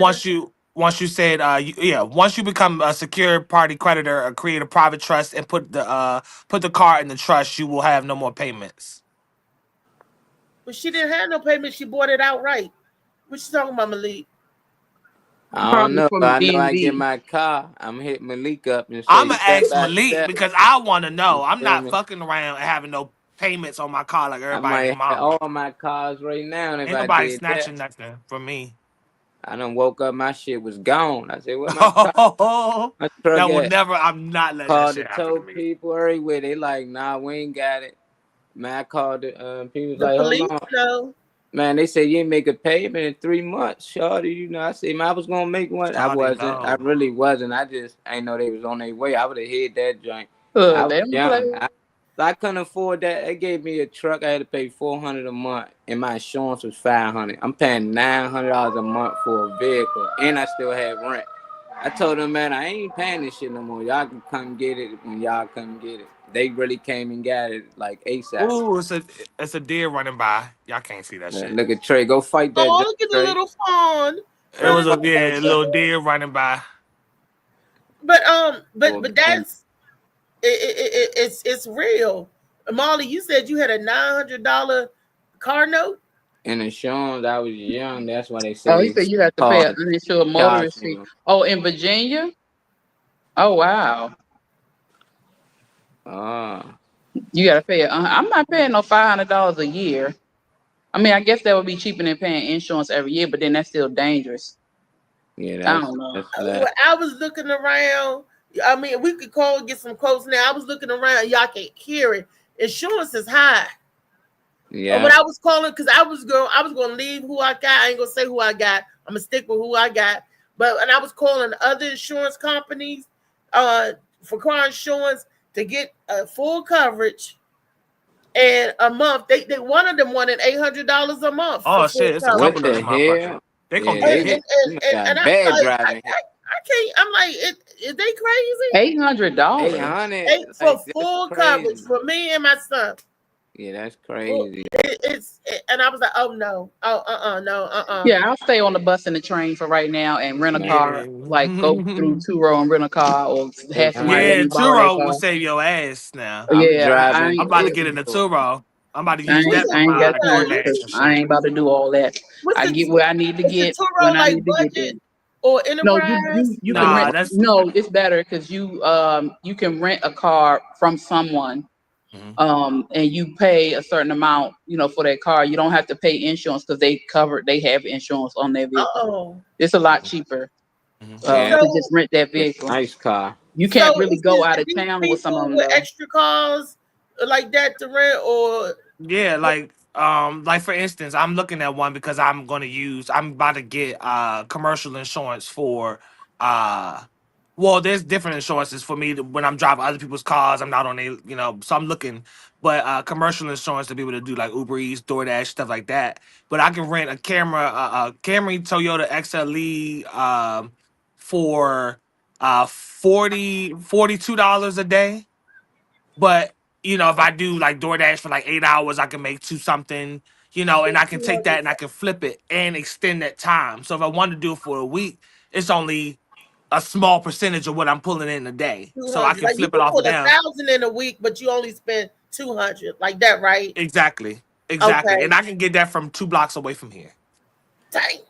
Yeah, so it's If like I that. had my But then good if you think eyes, about that, $800 a month. That's basically the car note she was talking about. Yeah, but the hustle and what you put in from what I would be using it for, the hustle determines what you pulling in. So the more you hustling with that low amount daily compared to like an Avis budget, it's still a profit, like money wise.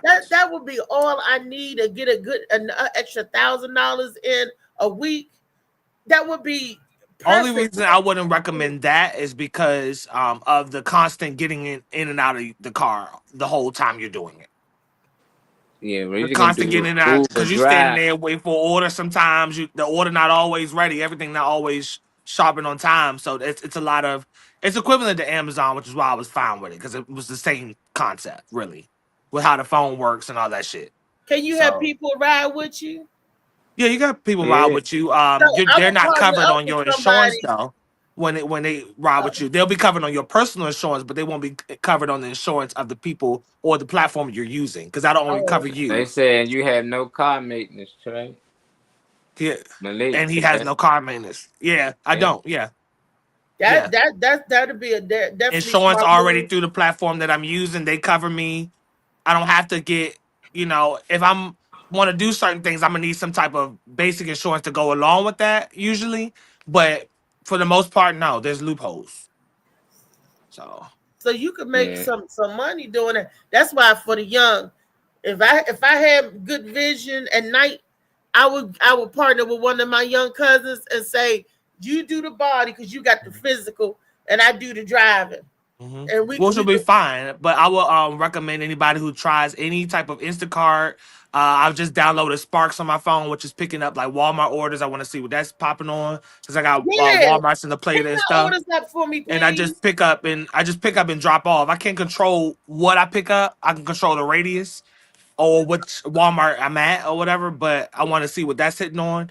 But some of the books, like that green book that I was showing y'all on financial literacy, was got me hip to some extra stuff. But simply bookkeeping, having a 1099 in general, which is independent contractor work, that's how you can write off without having an LLC. That's one of the ways you can write off the majority of your expenses. And if you really get it down to a T, my square footage of my house, I can use this as an office because of the square footage in here. So if it's, and there's a copy machine, there's fax machine, ink, like all of that stuff I can document. So I got the Keeper app on my phone now that anytime I pay for gas or anything, buy food now, I scan that and it will start to log it for me.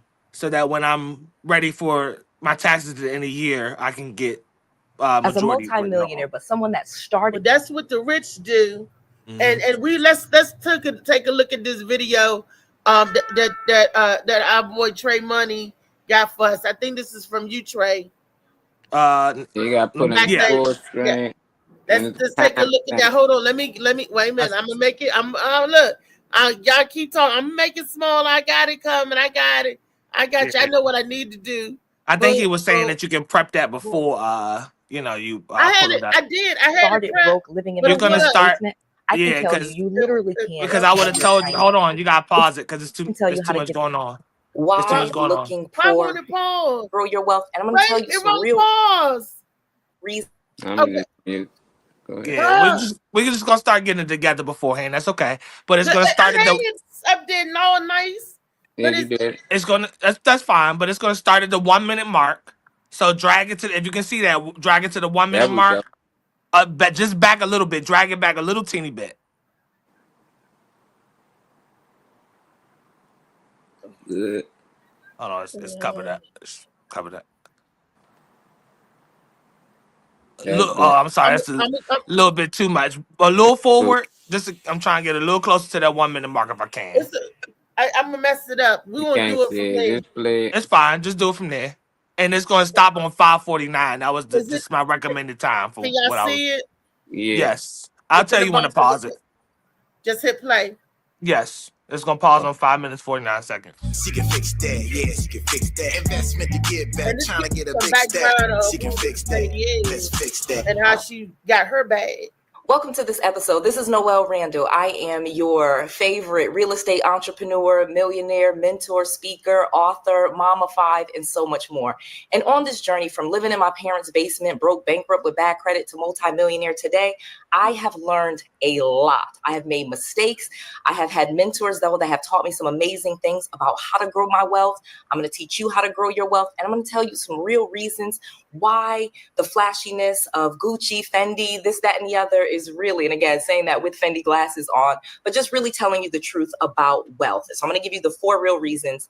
And again, subscribe to this channel. We are on our way to 1 million. And it is really important that you subscribe so that I can attract some really big names, because the bigger I get, the more information people give me, and I'm able to share that with you. So, all right, let's get into this. So wealth is about money. Okay, it is money in the bank account. It is capital, and it is not about showing it to other people. And one of the reasons why is, like I said, it's easier to catch up than to keep up. One of the things when it comes to wealth and to wealth building and growing your wealth and doing the things that you want to do that you're going to learn on this journey is first you're going to make a decision. Yes, I want to be a millionaire. That's where it started for me. I said, I want to be a millionaire. I didn't exactly know what that meant. I actually looked up the definition. Millionaire, there's 3 obviously definitions. You could be a millionaire by assets. That was the first way that I became a millionaire, where I have enough real estate or assets versus what I owe on them. I have enough equity to be a millionaire. That's a millionaire on paper. That is actually the first way that I became a millionaire. And still actually probably would be the main reason why I'm a millionaire, not necessarily the other 2. The second one is millionaire by income. And that was one of my real goals. I wanted to earn $1 million per year in my business, not, working for a job. Usually it's hard to find someone to pay you $1 million salary. So in my own business, $1 million in income, gross income. And then the third way is $1 million in cash. Now, obviously that was the third way, to just accumulate cash, because at that point you're just saving the cash and now you have $1 million. But at the same time, as you become wealthy, you will actually leverage the cash you have to buy assets, to buy capital, to buy real estate, to buy stocks. You won't just keep it in cash, because cash, the time, value of dollars, goes down over time. So you really want to leverage the cash that you have. So it's not about having cash. So again, that whole keeping up, going back to the number 1 reason, like I said, it's easier to catch up than to keep up. Like I can easily take money and go buy nice things. I can go buy a Rolls Royce. I can go buy those things. And I can just catch up to whoever I want to. But keeping up, maintaining, getting that new latest car, that new latest house, the new latest fashion, the new latest clothes, purses, shoes, that is going to be miserable. You're not going to be happy. And take it from someone that did not grow up rich, that earned a lot of money, and then immediately did buy things that I probably shouldn't have when I really got the green light from an accountant that, you do have discretionary cash. I wasted it in many cases, just being really honest with you. I think that's all a part of our journey. You're not going to beat yourself up for it. I actually laugh and I'm happy that I had the experience to buy all of the stuff that I wanted, to go into the Chanel store and spend $10,000 and go into Burberry and drop 10 grand and 20 grand and all of these crazy things that I did. I did them, and I'm telling you, don't do them. There's not really much happiness in them. The clothes get old, they go down in value. I even tried to monetize them where I would go on speaking engagements because that's what I do. I speak, maybe speak at a high school or speak at a college or speak in front of a women's group or at a real estate investor association, all these engagements. And I would buy these nice clothes, Versace dresses and Gucci this and that. And I would just turn around and sell it on sites like RealReal, Poshmark, Mercari, just start reselling those items. But again, you're not really making that much money. You're just recouping some of your investment because again, clothes are a depreciating asset. They are not going up in value. You don't buy something and usually it goes up in value. There are a few things with Chanel that I had looked up that did go up in value because they were just so limited. But again, that is a whole thing that you probably, if that's not your business, which is not my business, I'm a real estate entrepreneur, I am a YouTuber, that's not my business wearing great clothes. So why even get into that? So keeping up with all of that stuff will lead to misery because again, the clothes get old or you were videoed in it, you were, take a picture in it already. And Reese, so the can you clothes see where really we just at with don't have the time that on it? same value. So guess what? To just now roll. you have to buy more clothes, more shoes, more purses, the newest, the latest. And it is miserable. And that okay. I didn't care for that video too much because she didn't tell me what to do or how. She was just telling us her background story and giving us her bio. She was just telling us about her coming from the basement and everything. But it's okay because we got another video and we saw a lot of stuff. And she did touch on 3 types of millionaires that out there. I thought a millionaire was just a millionaire. She said assets. She said cash value and property. I mean, equity, I guess, your assets. Yeah, millionaire on paper.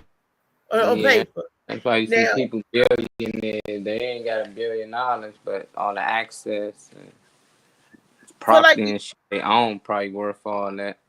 So, like Kanye West, they said that they said that Jay-Z got like 2.5 billion, but Kanye is the biggest billionaire because he got 2.7 billion or whatever. So does that mean, is that just on paper or is that in cash or I would imagine that would be on paper. Everything they homes, everything they own. I doubt they got cash. And that's why they can't buy these basketball teams and shit. That's why you always see some random jewel or something come out there and be like, I can buy right now. Because he got cash. Clippers for sale. You say Magic, all them like, we can put our money together. Hold on, I thought y'all was building it. Nah, it's different money out here. It's the guys who pay them. So imagine how much money they have. If you can pay a whole team millions and millions of dollars, it's like everybody on the team get millions of dollars. Crazy. It's different. But I like what she said though. She started from the bottom, now she here. I liked the fact that she said she don't value clothes that much, even though she had on some designer. But she said she the bad because the things that she do, and when she done with it, she sell it. And she's like, no point in holding on to them unless it's something that was like a limited edition type thing. So I like what she's doing, Black woman scribing, and she ain't just keeping that information; she's sharing it with others. So I'm with that. I tell you one thing, I don't care how much money I got. I will not be in no Fendi, no Prada, no. I don't like stuff like that. And even if when I was working with making money like that, and I could afford those things, I didn't do it. I'm not a materialistic person. Those things waste away. Yeah, it is. It's not worth it to me. They get broke because they die, they rust, they tarnish, they fade away. Yeah. You putting all this money, something that's going to get broke, steal or whatever. You can have nice things without having the name on it. I want something with my own name on it. This is so funny. Design your own stuff. That's what most of these. When I turned 35, my mama took me to we was in Macy's, and she said you can pick out a bag. So she picked out this bag, and it had all these DBs on it. I was like, I said, "You got anything with some AMs on it? Because those are my initials, right?" Misha said, "Shut up, get the bag." I mean, this bag costs a few $100. She said, "Get a bag and give it to me." And I was like, I don't want no bunch of no DBs. You know what DB stood for? What? Dooney and Burke. How the hell am I supposed to know that the DB stand for Dooney and Burke?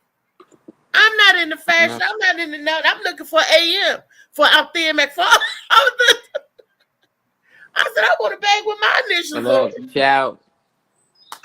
I'm saying all that to say that we break our backs to put somebody else's label or name on us when we should be trying to strive to get our name on us. That's just like, look what you got on today. I got me a Trey Gray on today. Hey, what you got on? You know, I got a Blue Phoenix on today. I got the Molly Mall on today. Wait, you know, that video is not. It's not the right video. Hold on, let me see something real quick. Wait a minute, because there's another video in here. Is there another video? No, this one is not. That's not the one. I got the CB one, but it says Millionaire explains how to change your finances in 6 months. Yeah, that's the one we just shared. I don't know. That's the only thing I copy and paste. I can hit it again. Then it's a Dr. Sebi one. Yeah, it's the exact same video. I just hit it. Yeah, it's the same thing. Did they bait switch us? Yeah. She did get into like deep in the video. She going through it. They break down the video how you eliminate that. She got it in sessions and stuff. Oh, okay. Maybe it's I don't know. Maybe I gave you the wrong timestamp. Invest in yourself. She got a bunch of different. She break it down into like 3 steps at a time and stuff. I don't know. Maybe I gave you the wrong timestamp. With the finances. Okay, well, I'm gonna watch the rest of it later. I know, right? With the Millionaire March. Okay. I want to move on with the show. Millionaire March. Millionaire March. I understand you saying wrong. No, I'm saying the Millionaire March because we trying to be millionaire. You know, we trying to march into that money. Do you know what's important to me? What's up, John? Mr. John. I'll be able to help other people. See, when I get the bag, because it's coming, whether it's going to be in Hollywood, California, whether I be in the movies. Because there's some upcoming projects coming up that I want to be a part of. The Lunatics, the Zany, the movies, the series, or whatever. I plan on reaching back to help our people. Because you can't take it with you when you die. I'm making sure my family is set up, and I'll make sure I'll be able to look out for other people. That's all I'm saying. That really, needs the help and all that good stuff. Hey, Chobo. Am I pulling up? Am I trying to pull up another video where I don't see Sebi's? Is Sebi's in there? Dr. CB up there. Okay. Video about gut health and mental health. No, I didn't tell you. We talked about the financial. We talked about financial all day. I got some people coming in the next couple of weeks that's going to talk to us about the financial. So we're going to keep this ball moving, and we're going to bring in some professionals that actually that can talk to you and let them share their knowledge. Oh yeah, of with us, and we got Mr. Clark, a realty. Mr. Clark going to come in hopefully, and they can schedule time to talk to us and everything. Look, they always say health is wealth, and we're talking about it on this Wellness Wednesday. Y'all wanted to talk about it, so hey, financial, hey, let's do it, baby. I actually did ask Mr. Aquarius one of these days if she can come in here because she had a live stream that I really enjoyed that she was talking about her business and her experience in the medical field. And I told her obviously that I'll ask y'all and stuff, whatever, before I could be like, oh, cause you coming on the show this day. But she said that if y'all were cool with it, she'll put it on her schedule for one of these Wednesdays to be able to join in and talk about. Because I wonder if she was that transparent as she was on the live, I would expect her to be talking about her inspiration behind the medical field, dealing with lupus, because some of that she said tied to, So I would like to have her on for real, so she can talk about some of what she does, because she had a nice live stream. Yeah, Aquarius would be a great guest to be on to talk about those things. She just bought her I think it was a facility. It's a lot of things that she does. She's very intelligent and she's very successful. So it would be good to have her on.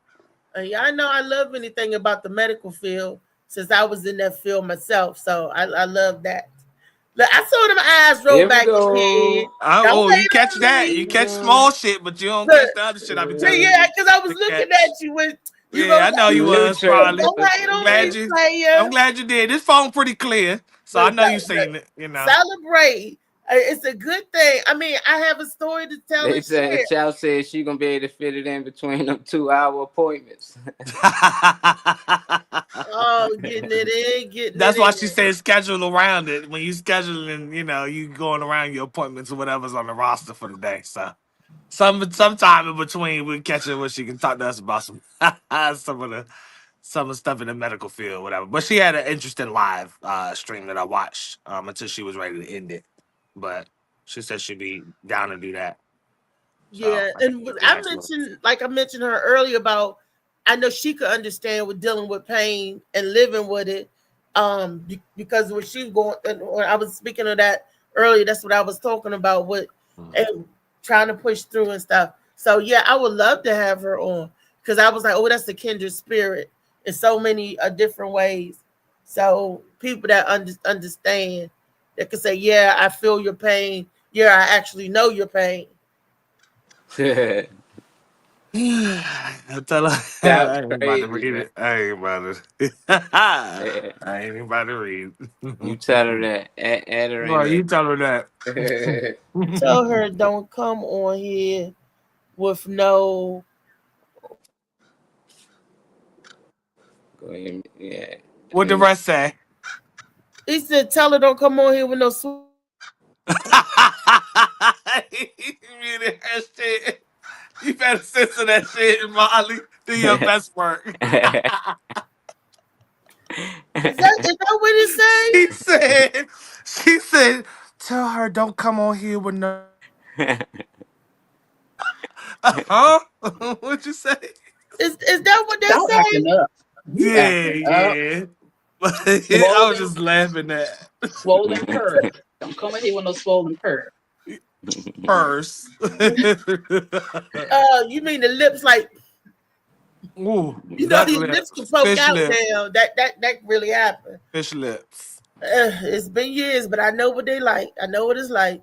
Anyway, we were talking about the financial portion of it. Now we get ready to go into the gut health. Because we were talking about Wellness Wednesday, financial, physically, and mentally. And your mental got to be on point. And dealing with get the fuck out of here. Like just hilarious. Get the fuck out of here. Dealing with these people on this show, your mental got to really be intact. You got to be able to take a joke, and you got to be able to have a free-hearted spirit. I gotta read into why Just Hilarious not on that shit anyway. I ain't gonna interrupt, but I gotta interrupt. I gotta figure out why she she ain't rocking with them, but I ain't looking into it yet, so I gotta figure that out. Yeah, I was watching that shit.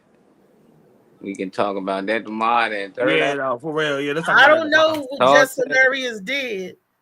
We'll have some videos for it. Yeah, we he said I read like Just Hilarious. I don't even know how you read. That shit is funny. Did she got eye trouble too? Nah, she's just a good talker, but not a good reader. Yours because your vision, we understand that, but it still come out the same. Is what he's saying. Yeah, somebody told me I read like Floyd Mayweather. I'd be like, oh yeah, I sound like Mike Tyson. I didn't see how Just Hilarious read. How y'all know how she read? This shit is crazy. Because when she be like reading off her laptop and shit, when they be doing reports and she be trying to read an article to the so she reading the teleprompter.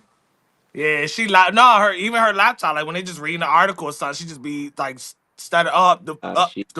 Oh shit, the fuck. Like it just not just jumbled up. She just be, I don't know. I think the camera is too much for her. Oh, okay. Yeah. The pressure of being live and on radio, and I think it's too much for her. The mental fortitude and pressure. I'm glad you said the pressure of being live. How about the mental? The mental is something. There's a lot of ways we can decompress and get the negative out and get the good in. And I found out a way. Beast and Vicky talk about it so much. Breathing helps you decompress your mentally and physically, your body. Sitting and just taking deep breaths in and out. Something as simple as that. People be like, how the hell that's going to try it? I challenge everyone to try it. And they said, breathe in for 4 and out for 4. That was 2 seconds. That was 2. Yeah, hold up. Breathe in for 4. Breathe in 4, hold for 4, and breathe out for 4. Yeah. But when you breathe out, you should breathe out your nose. Another thing you should try to do is fill your stomach. So we breathe into our lungs, but we should be breathing into our stomach because that's how we're supposed to breathe when babies are born. If you notice, their chest doesn't rise, their stomach rises. That's how we're supposed to breathe. So when you breathe, when you inhale, fill up your belly, hold it, and then release it, and try your best to release all the air. That'll help you calm down. And when I take a deep breath in, these boobies are so heavy on my chest. I feel every crack in my back. Crack. It's difficult. It's difficult when you got big boobs. So for those ladies, I'm gonna give you a tip with big boobs. Put your praying hands up under your breast. Lift. Put your hands like you pray under your breast. Then breathe in for 4. Then out for 4. You could do that because you're taking the weight off the chest. Weezy, show them, take the weight off the chest. You know, and that's when you have those of you that have extra. You know, is that what they call weight distribution? Those are for those of you who have extra weight on your chest. Everybody don't got big boobies, and some people got too big. So you fold them up under that joint, and you breathe and you meditate, so you can get a good breath of air in and out, and you won't be stressed. Again, Blue. in and out. Man, let me mute my fucking. See, that's why I have the camera on my face and not my body. Okay. I'm standing here eating some grits, so I didn't want to sit down. I wanted to stand up. That's why the camera, like, you know what? I can't stand up and eat. I gotta sit the fuck down. That's just the tip. Help getting your mental together. And also focusing like you're looking at something, and when you focus and concentrate, either looking or listening to something, that'll help you relax and decompress as well. I those are simple little exercise that just happen to work. Whether you're sitting by a fireplace, listening to the crackle of the fire, or you sitting on your porch watching the leaves blow by. You hear the rustling in the leaves or the wind. That's another way of decompression. Getting back to nature, hearing birds. That's another way you could decompress your mental. And that means whatever's on your mind, throw it off. You could take time to. You a better watcher. I see. Talking about you a good listener. He can teach some breathing exercise, Blue. I'm not a good. I shout about one of our good brothers in Christ, whatever like that. No, would like some further instruction from you, Sister McFarland. What's that? Mm-hmm. He would like for you to demonstrate the breathing exercises once more, so that we all just can retain it. You talking Blue Phoenix? Oh, you talking about Phoenix? I thought he meant blue as in shades of blue. Okay. Nah. He called. Blue Phoenix, would you mind giving us a quick demonstration of Phoenix? Because I'm all for the instruction. I love learning. He said, no. I've been in class all day. I've been waiting. He said, no. Blue. Talking about Blue Phoenix. He talking about Blue Phoenix. Right. Okay. Oh, all right. Weezy, he talking about you. Can you expand? I'm not thinking about chat. You ain't think about breathing? I'm breathing while I'm eating my food. Right. Right. Shit. Okay, now back to what we were saying about clearing your mind, the thoughts, the birds, the decompress, because everything that's going on out here in the world today, it stresses you out. So it's good to take a minute just for yourself. That's something you're doing for you, and for yourself. You know, it's good to take a minute to do those kind of exercise and those things that's good health for you. Yeah. Now let's see what they saying about gut health. Woo wee! What we put in our mouth, just put it in your mouth. Oh wow! Look, what is it say? Just put it in your mouth. Man, okay, you're gonna put it in your mouth. That's what I'm talking about. You hear that, Chow? You hear that? Wellness Wednesday. Well, speaking of gut health, asparagus is good for your gut too. I'm eating something too. It's weird. Come on with that. How you be cooking it? I roasted. I know that's right. Again, I gotta have it a little soft, a little, you know. It does. Like sometimes, I don't like it when it's a bite. Yeah. So I roast it and it's not soggy, but it's like. Don't it make your piss stink? Don't that shit be having? Yeah, it does. I seen the actress talking about that. She said she was dating some other famous guy, and he went in the bathroom out there. He never called her back, and she had to reach out to her and let her know. No, I had asparagus. That's what it was, because she knew he came in and smelled that. He thought that was prior. No, it will make your urine smell bad. Like a lot of things could make the. I'm eating it. It's not gonna take long for it. It just goes right through you. Right. It's terrible. But that's a good thing though, because food's supposed to pass like that. Real stuff is supposed to pass like that. Now I will give them a tip: cut the bottom of it off because it's bitter at the bottom. So a lot of people don't know to cut the bottom of it off of the birthday because it's really bitter. I sauteed mine in the pan with some garlic and a little marjoram or a little butter. And garlic, and it's delicious. I like mine al dente. I don't like it real, leaky, but I like them cooked. But I like them with the crunch. I like to hear my vegetables crunch when I eat them. Right. But let's see what Dr. Sebi saying. This is gonna be the timestamp is just the beginning of the video. So play it as is to the 5:15 mark. Okay. And if they care enough to look into it, you can see the titles. Not Dr. Sebi's page or nothing, but you can see the title so that if you care about it, you can look it up. Okay. Can I hit play now, or do I need to full screen, and then I'll tell you when to stop. But you're stopping on like the 5:15 mark. So every you can just time I do full screen and do that. Yeah. Yeah, that's what it's supposed to do. Okay. They probably doing something different. I can't see that. To remember that as there are food for a gorilla, it's not the same for the polar bear. The eagle is a bird, but the quetzal is a bird. They don't eat the same food. One eats meat, one doesn't.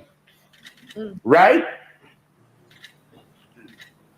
So we're going to begin to learn to select the food that correspond with us. Because we need that. Because you're smart. It's just that we didn't have the message.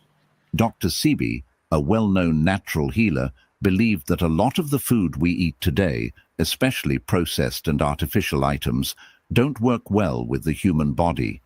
He felt that these foods are the cause of many chronic illnesses. In today's video, Dr. Sebi talks about how a proper diet can make any disease disappear forever.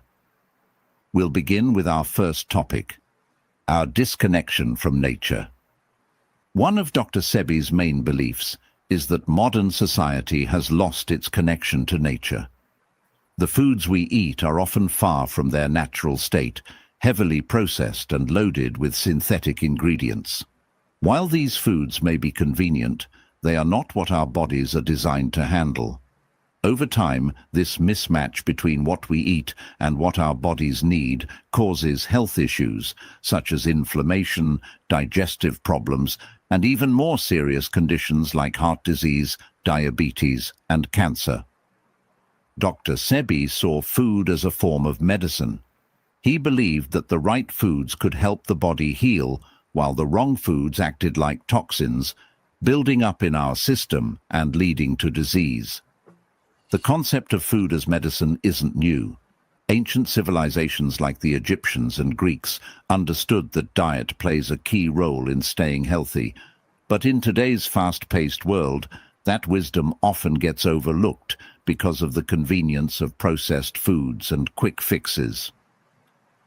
The alkaline approach to healing.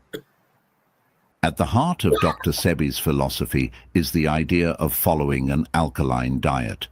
He believed that diseases thrive in acidic environments and that keeping the body in an alkaline state could prevent illness and encourage healing. Research supports this idea, suggesting that diets high in alkaline foods, such as fruits, vegetables, nuts, and seeds, can help reduce inflammation and balance the body's pH levels. Dr. Sebi's diet is largely plant-based and excludes processed foods, artificial ingredients, and animal products. He encouraged a return to nature, where the food we eat comes directly from the earth, untouched by human interference.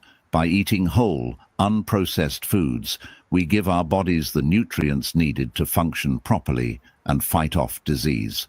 The importance of biomineral balance. Hey, Reese, you're going to want to move the mouse around so you can see what time it's on. The significance of maintaining a biomineral balance in the body. I can't see the time. He taught that the human body is made of minerals, and keeping these minerals balanced got about is a key minute to staying healthy. a minute. He believed that many diseases come from mineral deficiencies, which can be corrected by eating natural, alkaline foods full of minerals like iron, magnesium, and calcium. For instance, leafy green vegetables, nuts, and seeds are great sources of magnesium, which helps with muscle and nerve function, controls blood sugar levels, and supports bone health. Similarly, iron-rich foods like quinoa and lentils help keep the blood healthy and maintain energy levels. Dr. Sebi suggested that by ensuring our diets are rich in a variety of mineral-packed foods, we can maintain the delicate balance that our bodies need for optimal health. Food as fuel on that for the body. 5:15 mark, wherever it's at. Dr. Sebi's dietary teachings revolve around the belief that food is fuel for the body. Just like a car needs the right kind of fuel to run smoothly, our bodies need the right nutrients to function properly. When we eat processed, low-nutrient foods, it's like putting low-quality fuel in a car. It might run for a bit, but it will eventually break down.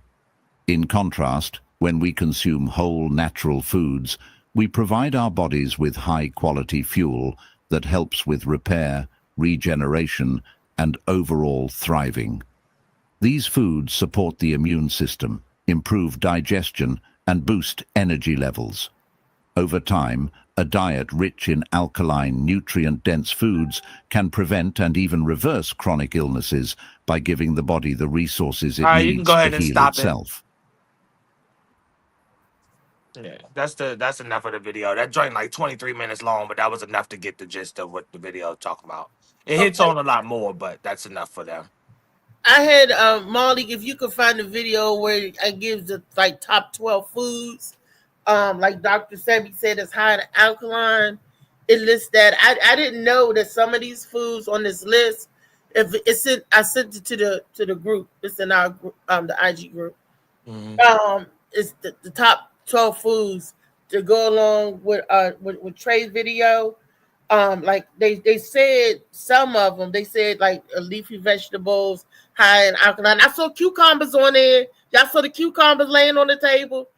That's water rich. Cucumbers are rich. And one is, I know it's cucumber, celery, and one that shocked me was pumpkin seeds. I love pumpkin seeds. Pumpkin seeds. They're good for men too. I just expect you to good for men too. Pumpkin seeds is good. I love pumpkin seeds. And then they said lentils. I make this awesome lentil soup. I said, oh my gosh, lentils. And he said quinoa. I got quinoa in the cabinet right now. I got some quinoa in the cabinet right now. And jasmine rice, I got some of that in there, and saffron. that's what I was like, okay, I'm doing what he's saying. Green leafy vegetables. I'm doing what he said. So I was like, but I didn't get mine from Dr. Sammy. I got mine from Dr. Molly and his sea moss. That's all right. That's the way to go. You gotta go with what you know. You gotta go with the sources around you first. And it's so funny because Molly, I did the vegetable thing, and it started when Molly gave us that challenge. We had that challenge that we couldn't eat no meat. And I was like, I can't do that. But we did it for 4 weeks. Well, I did it for 4 weeks and stuck to the plan. And it's funny because that's a good thing, Shout. He gave us, and I'm gonna issue this challenge again today, right here on the Morning Mac Show. What is today's date, y'all? Today, Shout said that you was mad aggressive with your like for pumpkin seeds, but today is the 19th. Okay, so we're going to issue this starting tomorrow, the first day of the year, the beginning of the year, on March 20th. Can we do another 4-week challenge, Molly? You think they up for it? Oh, what is I'm already 10 years, so with somebody Molly, else want to join along. Tell us what the challenge is, Molly, for 4 weeks. Give us the same one that you gave us before. Oh, that one was through the week. On the weekend, you can eat whatever you want, but during the week, no meat or no pork or any of that type of BS. Just straight fruits and veggies. Fruits and veggies all through the week. Alkaline water or alkaline fruit, anything with alkaline in it. So and he gave us that. And people tapped out like the next day. Because they forgot. They're like, man, I can't do that. Should be. Yeah, it was exciting to me because it was. I had to think of different ways to eat. Hello, am I frozen? And child talking about you still and Reese no meat diet. Yeah, not that kind of meat. Yeah, I know. But I had to learn different ways to eat, and there's a video that we posted. I made chili. What's up, Will? With nuts. We had. Remember Molly? I'm in the grocery store with Molly on the phone, on the video phone. I'm like, Molly, what about this? Molly on the phone. Yeah, no, don't get that. No, that's not real plant-based. That's not real. I know Molly was like, if this never buy the meat. Don't buy the plant-based meat. Don't do that. Because I was saying, can I eat this, Molly? Can I eat Boca Burger? Can I eat Morning Star, Molly? Can I eat this? This is bean. Can I eat this? I know Molly was like, if this heifer don't get off my damn phone with all of this. Molly was tried all of them doing it. I didn't know at the beginning like what was vegan, what wasn't. So I just read it. I'm like, oh, this joint says vegan. And I get home, I eat one of them. I'm sick for the whole day. I'm pissed off. Then I look at the package like, hey, still somehow got milk in it, animal products. And like, man, they lying like shit. They lying like a motherfucker.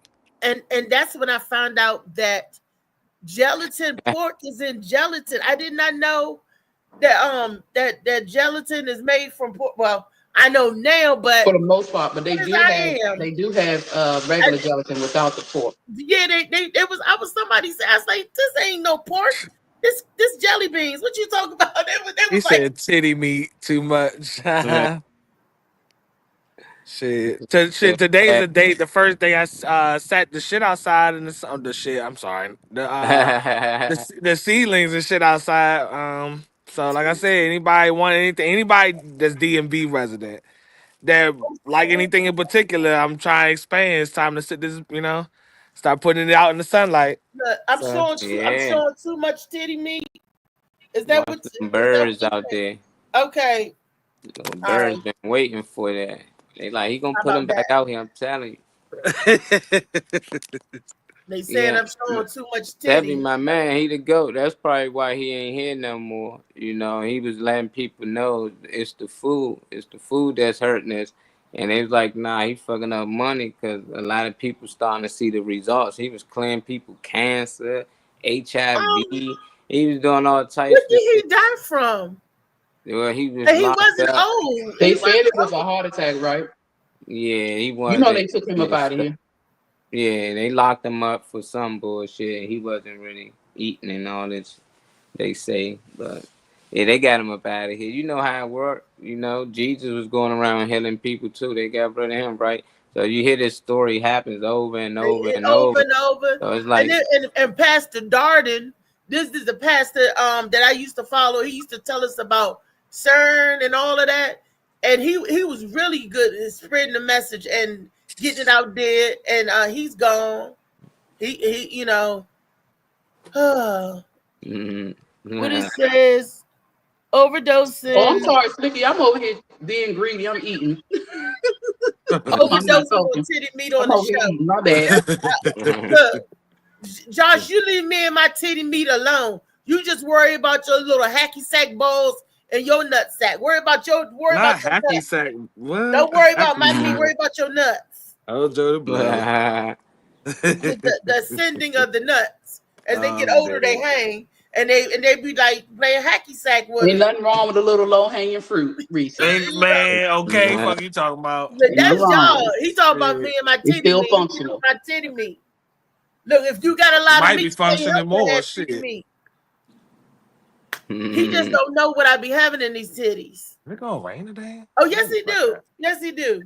Yeah, I be having a lot of stuff in the titties. Hey Siri. It went right along with the titties. Is it gonna rain today? Okay, but so there was a lot of Molly. Was you able to find the other video? The one that said like 12? That removes stress and depression. The foods, yeah. I did not know pumpkin seeds. I was like, oh my goodness.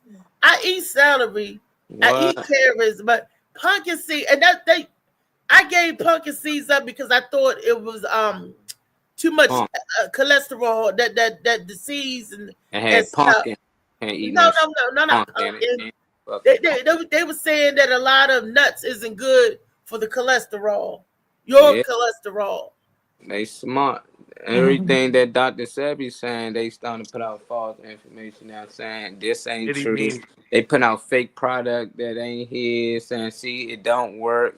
So it's like, it's no different than all the people who came to heal the earth and people wrote down their stories and the things that they did.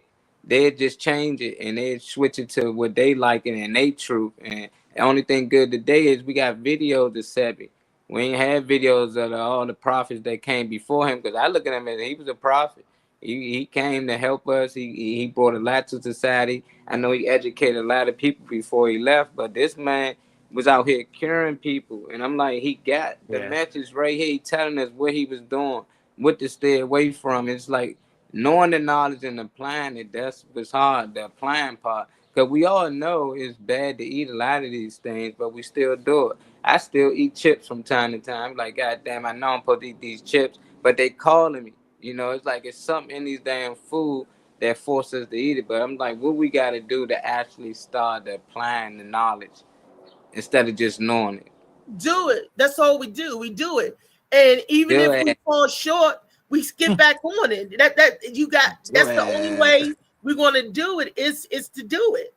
I mean, even if, because see what we do, if we mess up or we have a slip up, we stop. Don't stop. Keep going.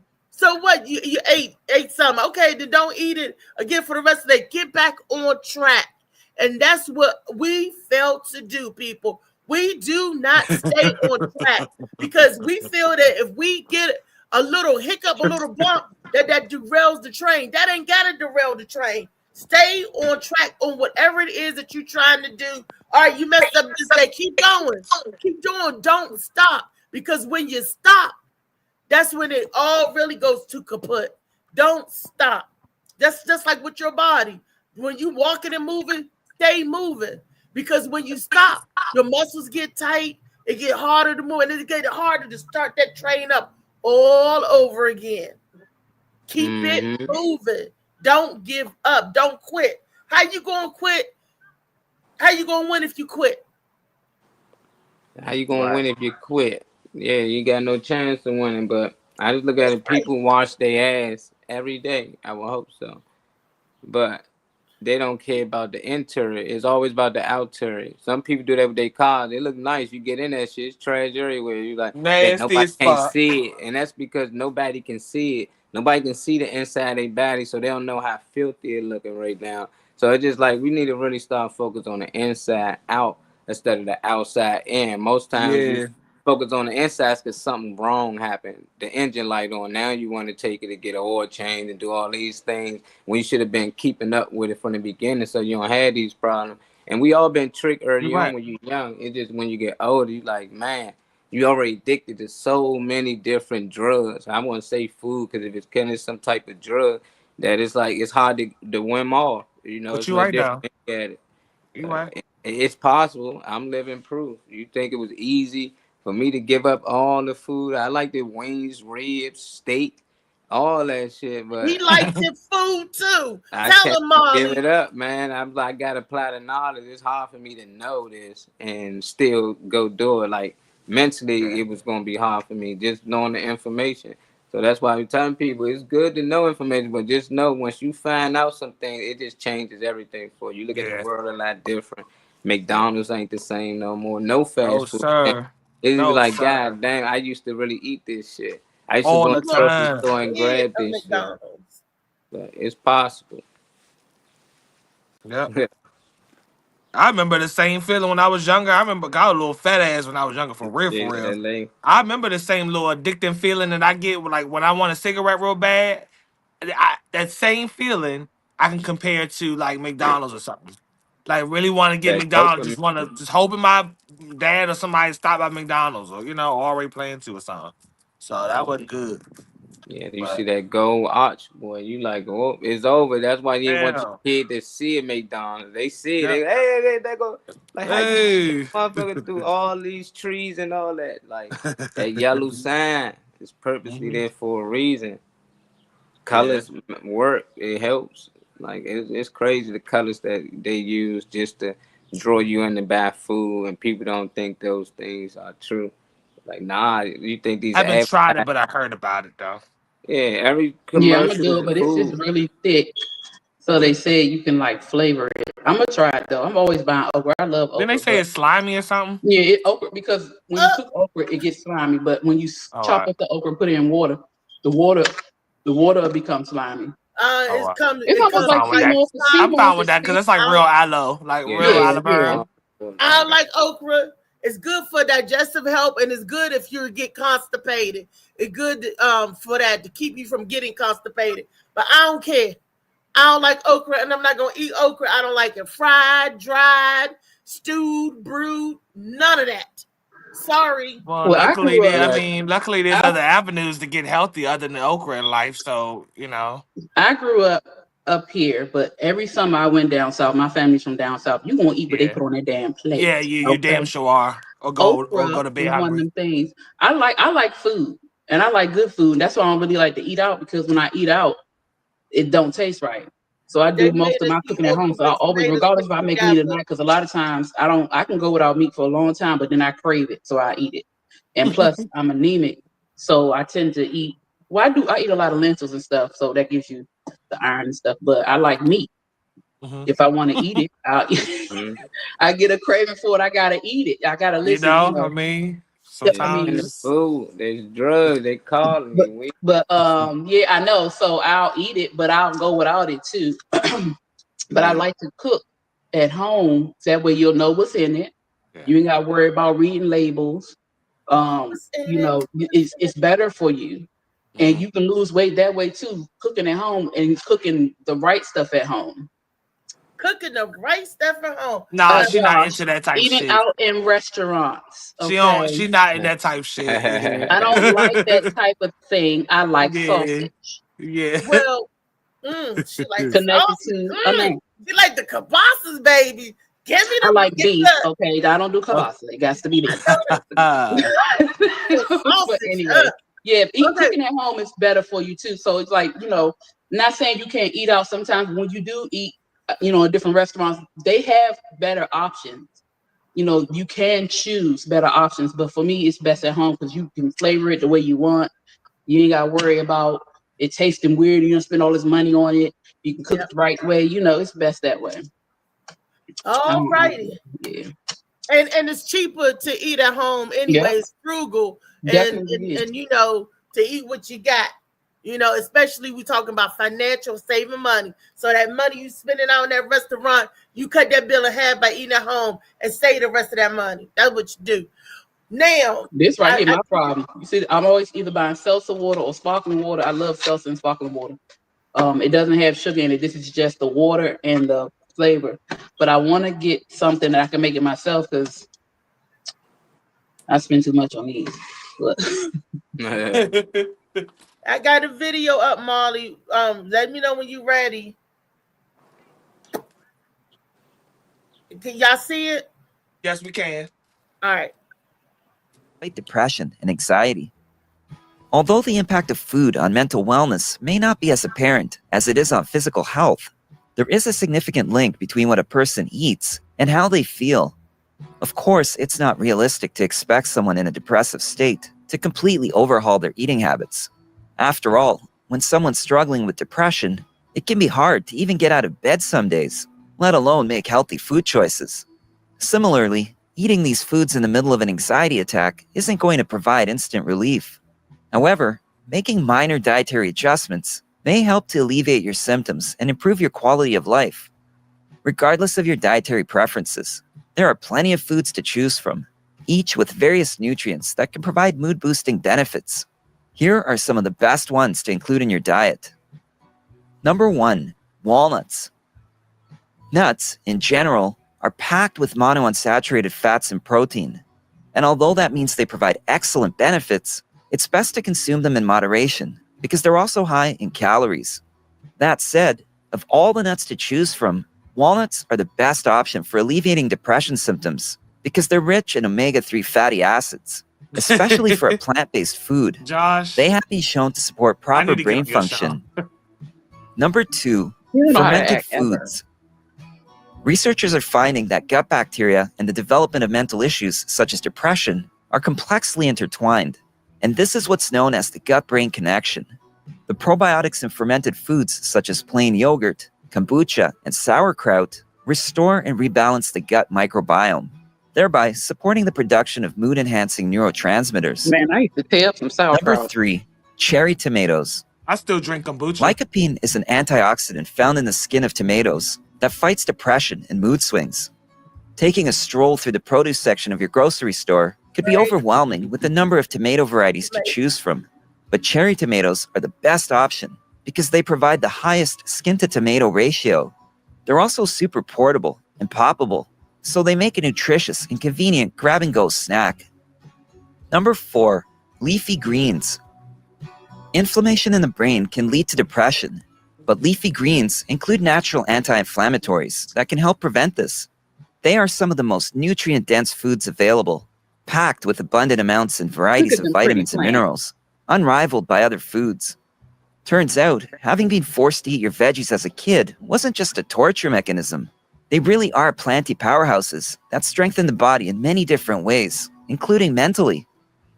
Number 5, apples. An apple a day keeps depression away, and anxiety too. Not only are they good for your overall well-being, this fruity favorite is an excellent source of soluble fiber that helps maintain blood sugar levels and stabilize mood as a result. Most people would agree that apples are more palatable than something like spinach. However, just like leafy greens, they too can be beneficial in fighting inflammation in the brain, thanks to the antioxidants that help hinder damage at the cellular level.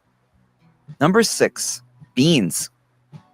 Beans are full of fiber, protein, and many other beneficial nutrients, such as B vitamins. And these vitamins help increase neurotransmitter levels, regulating mood. They're also a crucial part of the nerve signaling process that assists in communication between nerve cells. Number 7, berries. Ever wonder what gives berries their colorful appearance? Anthocyanidins are the plant pigments behind the different red, purple, and blue hues, depending on pH levels.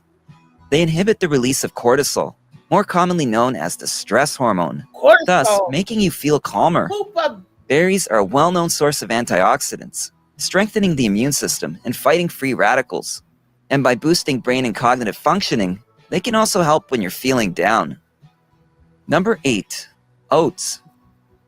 Oats are commonly known for their cholesterol-lowering abilities, but they have many other advantages. Since they have a low glycemic index, they deliver sustained energy to the bloodstream during digestion, stabilizing blood sugar levels and mood. And while oatmeal may not be as tasty as some other breakfast options, like sugary cereals or donuts, it won't cause a sugar high and subsequent crash. On top of that, they also contain selenium, another powerful mood-stabilizing nutrient. Number 9. Mushrooms. People either love or hate them. Before hating mushrooms, though, consider the 2 ways that they contribute to improved mental health. First, they help with blood sugar and insulin regulation, fostering more stable moods. Second, they act as prebiotics that encourage the production of beneficial gut bacteria, kicking you into happy high gear, since 80 to 90% of serotonin is produced by nerve cells in the gut. Number 10. Avocados. Avocados are high in fat, but they're healthy fats that impact mental wellness in several ways. They're packed with nutrients, and they're often included in many wholesome diets. One of their superpowers includes treating and preventing depression. Like walnuts, they're a great plant-based source of omega-3s, as well as oleic acid, both of which play a significant role in proper brain functioning. Number 11. Dark chocolate. It turns out that dark chocolate also contains probiotics, which are great for your gut and brain. It's also high in antioxidants that combat oxidative stress in the brain, and as a result, reduce mental stress. Furthermore, dark chocolate contains magnesium, which protects against inflammation, increases blood flow in the brain, improves cognitive function, and reduces anxiety. Number 12. Pumpkin seeds. Whether or not it's currently pumpkin season, you can buy the seeds themselves, roasted, toasted, or raw. They contain the amino acid tryptophan that promotes the production of serotonin in the brain. While you sometimes have to be careful of food-drug interactions, that's not the case with pumpkin seeds. If you're currently taking an antidepressant, these powerful little seeds may actually increase your medication's efficacy. While no food will miraculously cure depression, adopting a healthier diet rich in these foods can certainly help improve your overall mental well-being. Alrighty, y'all saw that my pumpkin seeds was on the list. Yay! That's a good list. That's a good list of food. Yeah, it is. Most of them I eat. I think I eat everything on the daggone list. Let me tell you what I do when I'm cooking. Like depending on what I feel, whatever time of day it is, I will chop up some cucumbers, and if I had some tomatoes, I like Roma tomatoes. Those are really good. I'll chop up some cucumbers and slice some tomatoes, and I'll season them and put some olive oil, some good olive oil over top. And while I'm cooking, I'll eat that, and the kids and I'll snack off that while I'm cooking. And that'll help kind of fill you up a bit before you eat too. And these kids eat. So I try to make sure that I get as much vegetables or fresh fruit. I don't have to fight them on the fruits. They eat fruit all the time. And they love cucumbers. They like celery. They like carrots. They like different things like that. So I try to keep those things in my house. And but that's something I started doing years ago, which kept us snacking on good stuff. They get chips and stuff sometimes, but when I have the cucumbers in here, when I have celery, when I have carrots, when I have tomatoes, I'll chop them up. Well, I don't season the carrots and the celery, but we can do peanut butter with celery. We can do, and peanut butter with apples and different stuff like that. It's good. Now, they mentioned this in a roundabout way when they said beans, chickpeas, and making hummus. Hummus is good. I like to make my own guacamole. And I like to make my own hummus. So I've been told, Slicky. So I've been told. Yeah. Certain stuff that I like to make. And Louisa can contest to this. I like getting in the kitchen and cooking certain stuff. Because the only way she can test because she's been over here. And I've cooked some stuff or made some homemade stuff. Like, Weezy, try this. Weezy, try this. I love trying new stuff.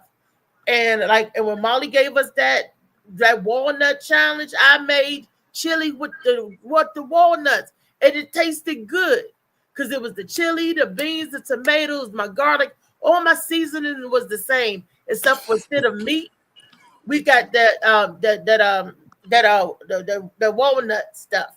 It was in the freezer. Yeah, you can do pecans too. I do pecans. Oh, pecans. Yeah, you Ooh, can soak them good. and ground them up. You could use that if you don't like walnuts. I'm not a big walnut person. I will eat them because they're good for your brain. But you can do pecans too. Both of them are good meat substitutes. But you said try pecan. I'm gonna try the pecans then, because I wasn't a big walnut person either. But Molly, when he gave us that challenge, I was like, you know what? I gotta try something different. That's when the first time I made my own hummus from chickpeas. I was like, oh my goodness, chickpeas is good when you make it right with the garlic and you put that little cilantro in it. See, did you put the tahini in it? The cilantro. I didn't put the tahini. I love chickpeas. But I put my little cilantro and let it boil down to like a little thickness, like a stew. Them beans was good. The peas was good, and certain vegetables like they didn't mention. I guess the cilantro would be under the green veggies. I like that's a herb. That'd be a herb because I eat that off the stem. I eat cilantro. I like dill. I just eat that. I eat mint. Just walk past and take a piece out of my kitchen, and I'll do that. I love fresh herbs. Yeah. I ain't gonna do it. I'm a cookie. No, I'll eat. Look, my family is from the country. We used to pick apples in Virginia, Halifax. My cousin's grandmother, but we called her grandma too. They lived there. We used to go down there. She had a garden there. Yeah, she had a garden there. We would pick apples, and those are the best apples. You only can get those apples from what's them things called? The orchard, farmers market. Oh, the farmers market. Because the grocery store doesn't sell them, and that's the best flavor apples. You get them from the tree. Apples from the tree are the best. We used to pick them and be out there eating them. We go and pick berries. You do different things in South Carolina. My family from Saluda, South Carolina. We go down there. They had the fresh meat. We would get the greens. We would do the beans. We go fishing. We always had fresh food. So that's why for me, when I go to the store, I smell everything. If I can't smell it, I won't buy it because it's not right. I want to smell my food because I'm used to eating fresh food. And of course, y'all know I ain't little, but I know how to eat. Sometimes I just choose not to eat right. But for the most part, that's what I prefer. Like my children, they know if I'm somewhere, I'm smelling something. My daughters are coming here. She'll even put her nose all the way in the pot. I'm like, get your nose on my damn pot. But because you want to smell it. When I cook, I'm smelling for my seasons because certain foods that I make has to smell a certain way, or I want to be able to smell it. I smell it. It's just because I grew up with fresh food. I grew up knowing these smells. So I can go to the store and pick up a carton of blackberries and know them just gonna be sweet because I can just smell it. I can pick a good watermelon because I know how to pick good watermelon. Matter of fact, I want me some watermelon. It ain't watermelon season, but it's different things that you got to learn how to do and you got to teach because a lot of us weren't taught. We didn't have those teachings and we going off survival. We just doing what we, know we got to do to survive. But it is time for us to get into thriving and do better for our health, our mental, our emotional, our spiritual, our physical health, financial health, like Reese wants us to, all these things, the four corners of ourselves plus financial. We have to get serious because, we've been away from it for so long. And we can do much better for ourselves. And that's another example of self-love. I gained a lot of weight. I've never been a small girl, but I wasn't big. I've just always had hips and butt and thighs, all that stuff. She was an Amazon, like me. We Amazons. But when I got started having children, and I'm not blaming the pregnancies because I always lost weight in my pregnancy.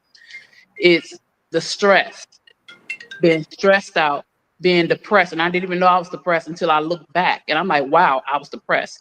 Dealing with different things. I ate to deal with that. Instead of I used to go to the gym too, but I realized too, one of the reasons why I stopped doing that, because every time I started losing weight, I would get pregnant.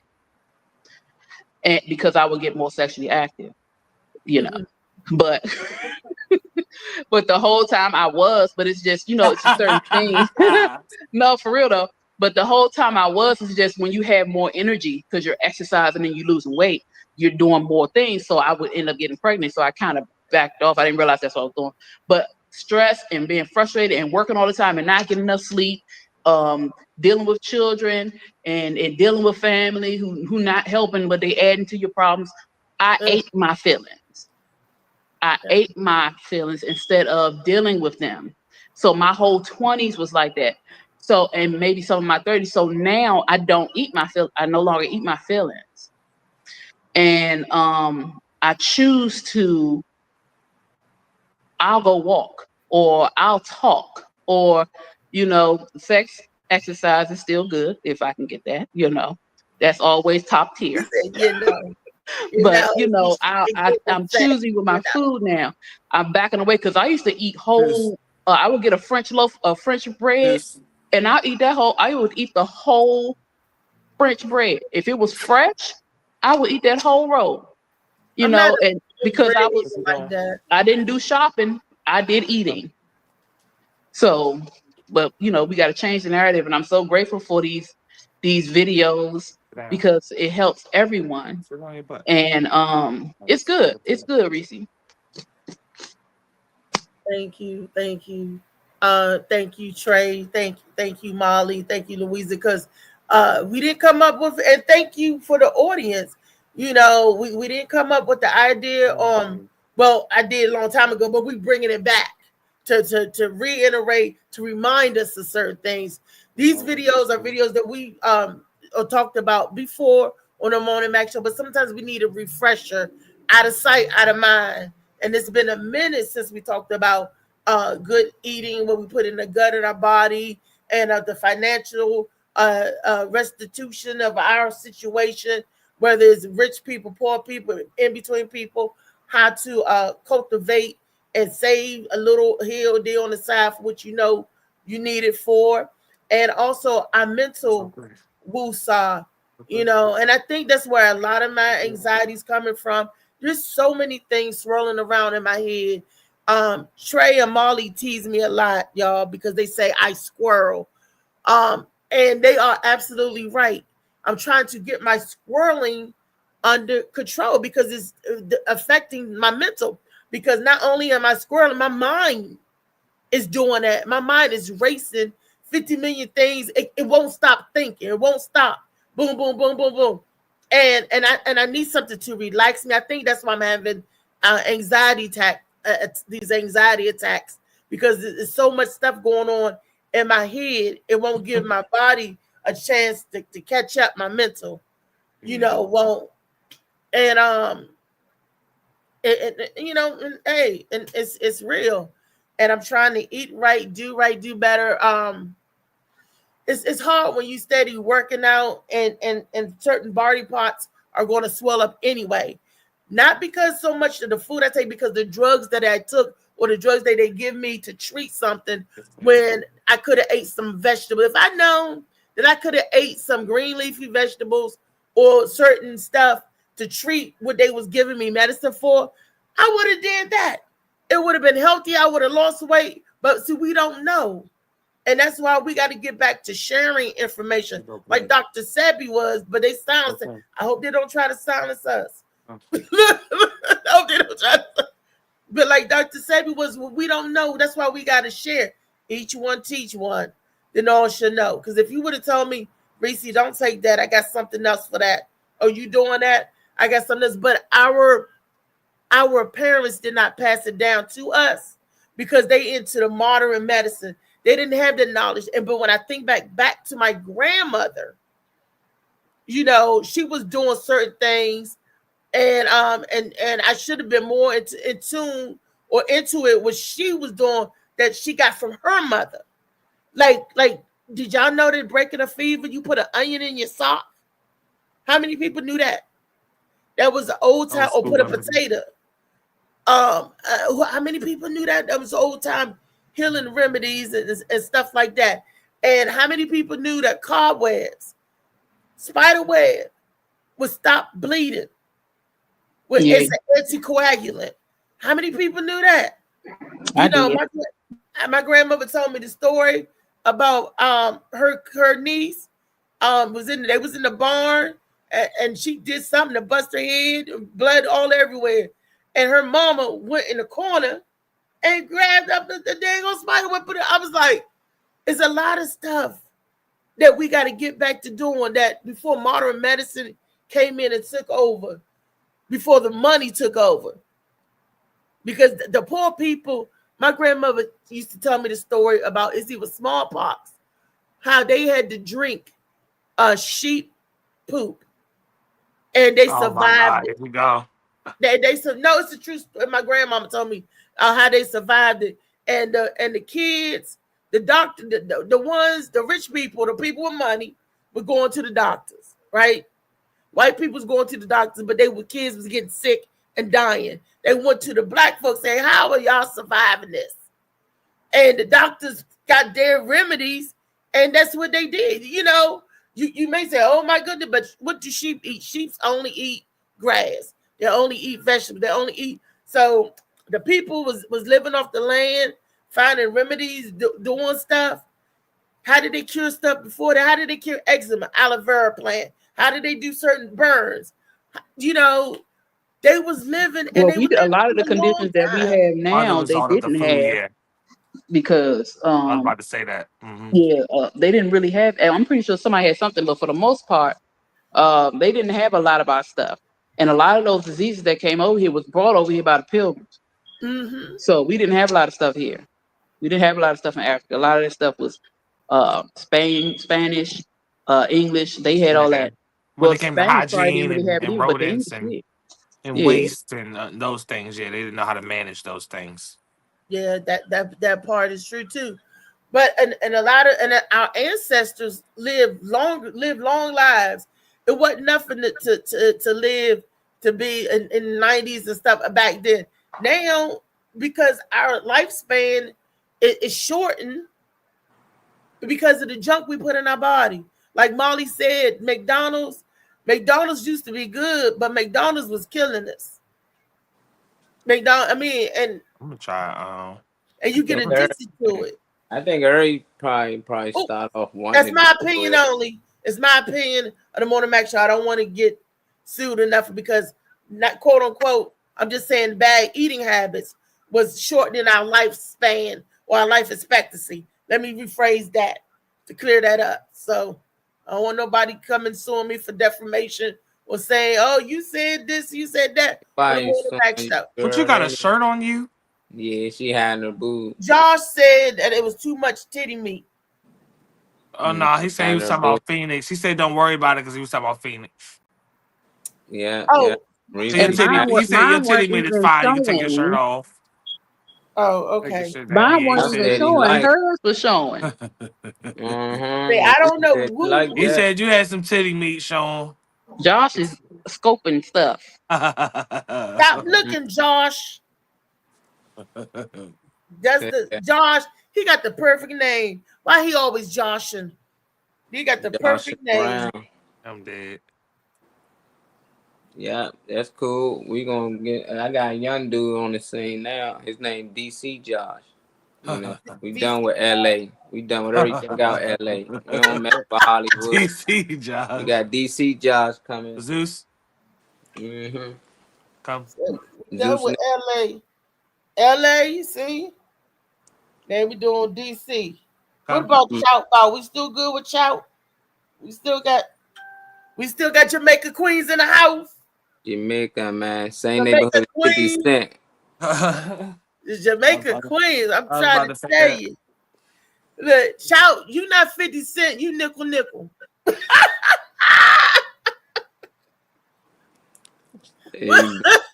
Man.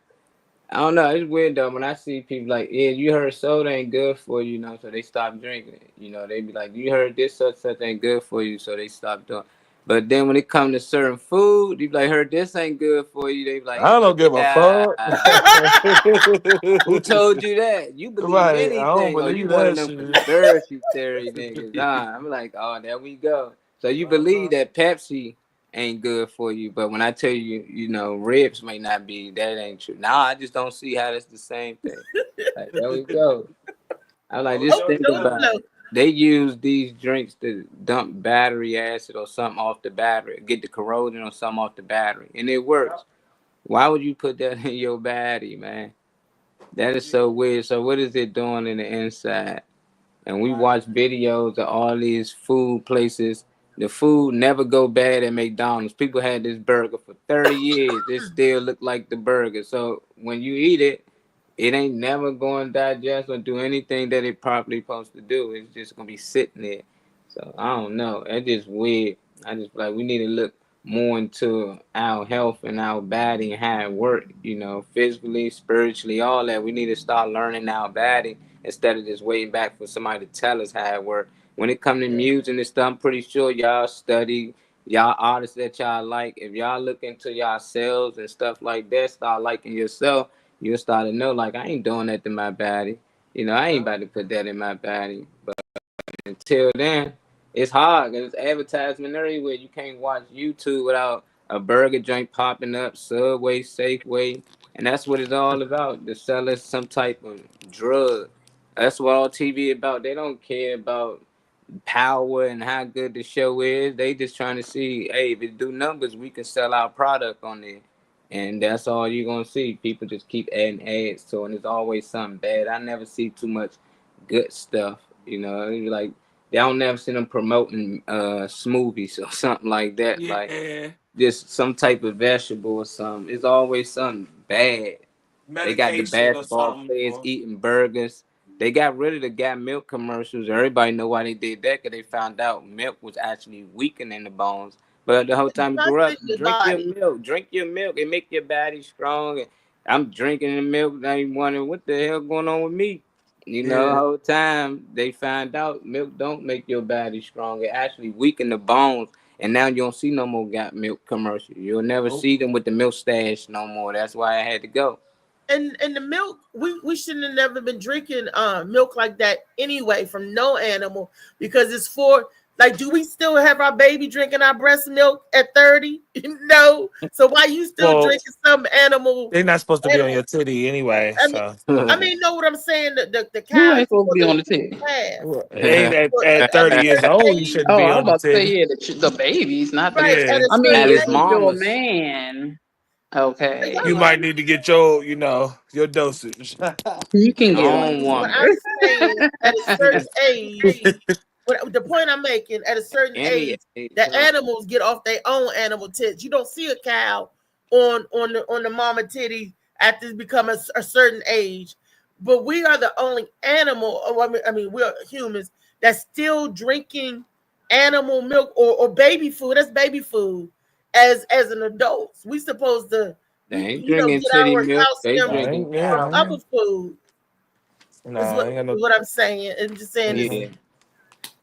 I see. Did anybody understand what I just said? I see. What I'm trying to say. It sounds like you saying that we don't get off the milk when we become adults, but cows do when they become adults. But they get off their mother. No, that's not what I said. So what you saying? What I'm saying, that adults, we should not be drinking cow's milk anyway. Do you drink cow's milk? As an adult, not no more. You shouldn't be drinking as a kid. It's no time. That's what I'm saying. You should drink milk. Not let me finish. Yeah, I did. I thought that's what you were saying. As an adult, I'm saying is for it's their they feed their children. We're drinking somebody else's. That'd be like I'm feeding. I'm here, pop. Come suck on my nipple. You ain't supposed to be drinking it anyway, because it's not for you. Your milk is from your mother when you're a baby. Yeah, that's what I'm saying. You're not supposed to be drinking another animal's milk like that. It's for that animal. Yeah.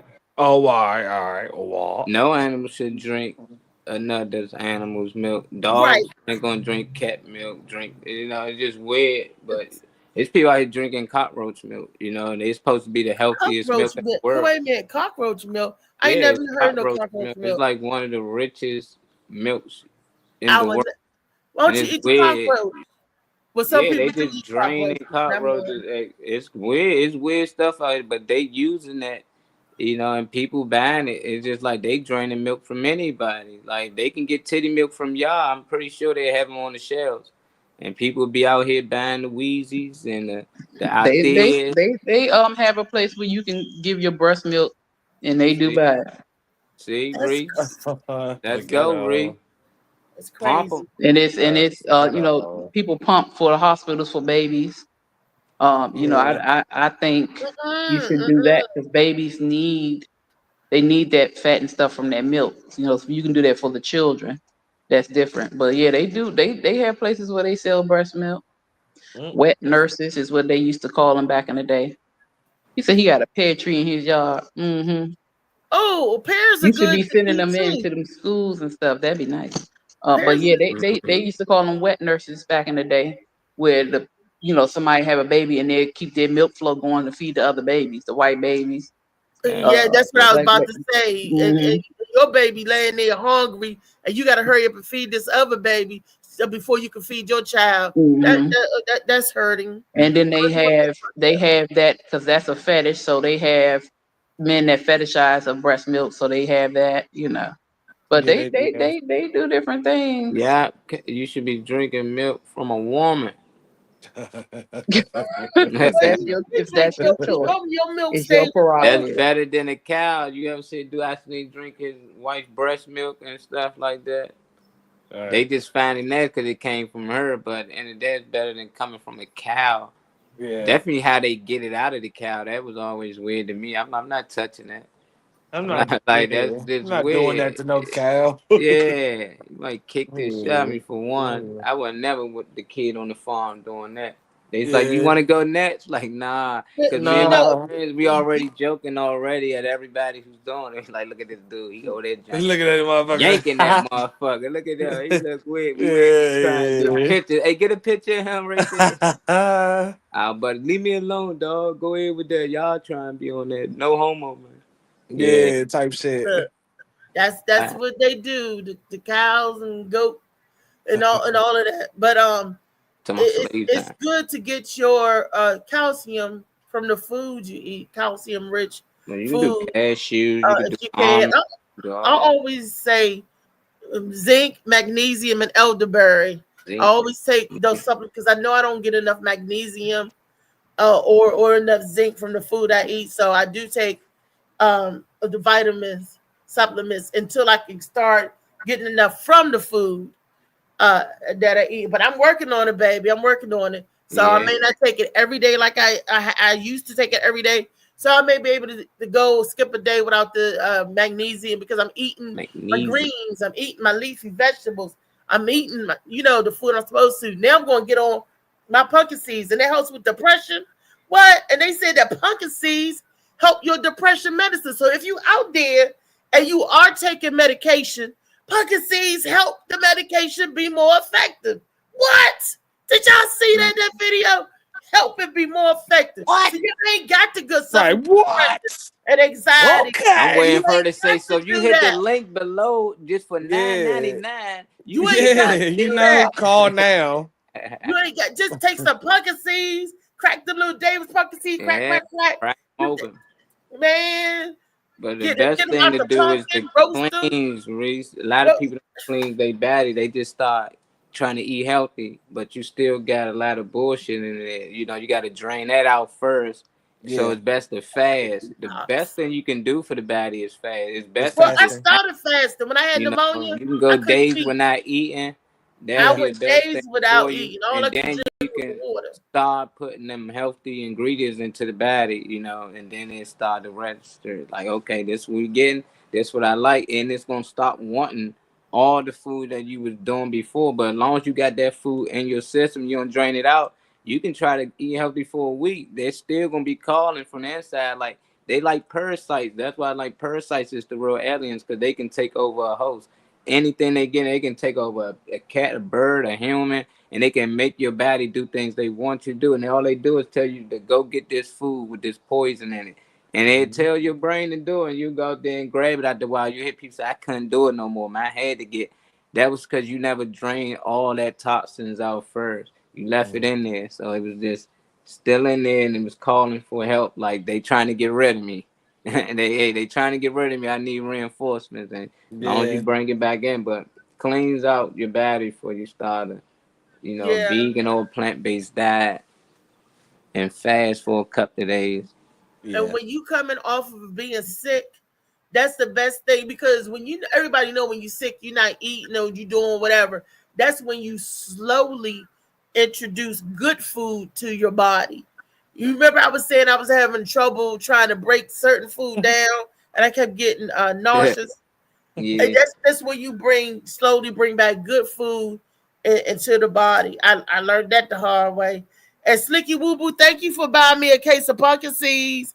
Yeah. I get a whole case of pumpkin seeds. LA got you a gallon too. Got you a gallon of milk. I don't want no milk. I don't want no milk, LA. Huh? What? Why not? So you want to drink breast milk? I try to stay away from dairy as much as I can. Because dairy produce mucus in the body. So breast milk got dairy in it? Breast milk is dairy? I mean, the cow's milk. Who said that? Nah, you talking about a human. He talking who about said that? Who said that milk produce mucus? Nah, we talking about human. You talking about human milk. He said the mother's milk bank. LA just ordered him a gallon over there. Oh, he getting titty milk. Yeah, titty milk. From a LA crazy. The mind is healthy, but still have a junkyard mindset that is still just as toxic. Yeah. Once it's wrapped up, can't nobody beat you. So I know that. Yeah. Which one you rather have?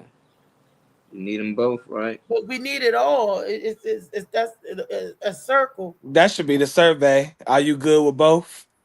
That's the survey. Shit. Well, we've been on here a long time. Well, we unwrapped a lot of stuff on the show today, and I want to thank everybody for hanging in there, and the panelists, Louise, Trey, Molly Ball. I thank everybody for participating in the audience. Josh, Kenny, Slicky, Chout Bout, Aquarius. Is Aquarius in the house today? Yeah, she stepped in for a minute. It's beautiful. Any day that you are ready to come on the show, you are more than welcome to come on. I welcome that. Anybody, actually, if they got something to say or want to share something positive, because I'm the only Debbie Downer on my show. It's me, okay? So something positive. Something positive, come on, let's bring it. Mm-hmm. Positive is the way to go. That's what I'm talking about. As long as you ain't too sensitive on here, you be all right. Yeah, please. You can't be afraid. And you can't, because we joke a lot. We're comedians. It's in the audience, it's on the panel. We joke a lot, but we mean well, and everything is from the heart, from a good place. And the heart is a good place to start. Well, we go. What y'all eating today, man? I want to know what y'all eating today in the comments. We done talked 3 hours. Niggas still going to McDonald's. I think Chout in the drive-thru at Burger King. Chout said he gonna have it his way. Man, what y'all eating today? What you eating, Slicky? Phoenix, where I call. Look, Slicky gonna eat his steak and potatoes. Slicky be eating his chicken wings. Slicky said, "The hell with y'all." He gonna get his wings and his potatoes and his steak. Yeah, steak and cheese. I love this flyer. I love the moving digital one that they got for this joint too. Yeah, I seen that joint. Yeah, it look like a club, like the club lights. I forgot the moniker with the night. Look like that. Yeah. So. Well, my man, like DJ B, man. That's what's up to know that with the him being a rapper and producing. Time I eating cheese pizza. Chow said he had Long John Silver. Oh, he like the fishy fish, the fishy woo woo. Ain't nothing wrong with that. Pistachios. Oh, yeah, you got money, Slim. Nigga out here eating pistachios. Pistachio. Yeah, be careful. You can't be walking around in public. They gonna know you got money. Oh yeah. Red fingertips. And if you get the red ones, with that dye, red fingertips. They got red pistachios. They use that red pistachios. I didn't know that. Leaving shit all on your hand. Your feet. That's all you used to see back in the day was red pistachios. It was hard to find a pistachio that wasn't dyed. I I love ain't grits, them in bro. a long time. Last time, man, I put them down. They went up too much for pistachios. It's like shit. Yeah. And they don't give you that many. Well, that's why if you go to the Sam's Club or Niggas Costco putting wings and buy over the there. big, you got about a 2-pound bag, but it's like $15. Yeah. That's a lot for some pistachios. But it'll be like $8 for a small bag. If you Yeah. get 2, that's 16. So really, it's still more with the 2 bulk. pounds. Oh, yeah. Oh, Yeah. that's good. Because Drink the water. small bag ain't even giving you no full pound. Why they jipping you on ounces? Hey, did y'all notice that the bag got smaller? It used to be a pound. Now it's only 12 ounces. 12 ounces the new pound. Didn't they say it's supposed to be nitrogen or something in the bag that keeps the contents fresh, and that's why the majority of the bag is air and not the product? Isn't it supposed to be something They like that? said that about. I know that's definitely true with potato chips, because when you open up any bag of potato chips, it's only halfway. You got some any of the people on your lineup besides like Phil? Any of the people on your lineup with the Family Affair event? No, Bobby Brooks. It'll be my first time working with her. I think she's a DC comedian. I want to say I've seen her before. I know her, but a lot of people I know by face. I might not know their stage name. But on the barbershop one, I know everybody on the barbershop one, even Ronnie Harris. Because he came down to bar 919 with Phil, and that's where I first saw him back on the scene again. He was comedian, older dude, comedian back in the day, health reasons or whatever have you. He moved away from the comedy scene, so now he's coming back. So Ronnie Harris, welcome back, Ronnie. Yay! Welcome back, man. So he's been doing this thing for the last couple of years. Out here, so definitely. This the barbershop flyer, right? You talking about? This is the Family Affair. This is the one I'm looking at. Okay. This isn't 2 Max. That was the previous one. This is the sorry. It's called It's a Family. Hold on, let me zoom in. It's a family a Family Affairs, cousins comedy show, and after party. So they got an after party with it too. That's the American. I done passed by American Legion 91, I think, or something by my house. So I know 93 can't be, but so far. You know what? There's more than one on. I'm wondering. I thought American Legion was somewhere else. Okay, now they make there's American Legion all over the place. This one right here for Fisher Road. Yeah. And you know what? We need to check some American Legions as well. My boy Dale be throwing go-go's at one of them. And Big Nut do this thing at American Legion in Greenbelt, right?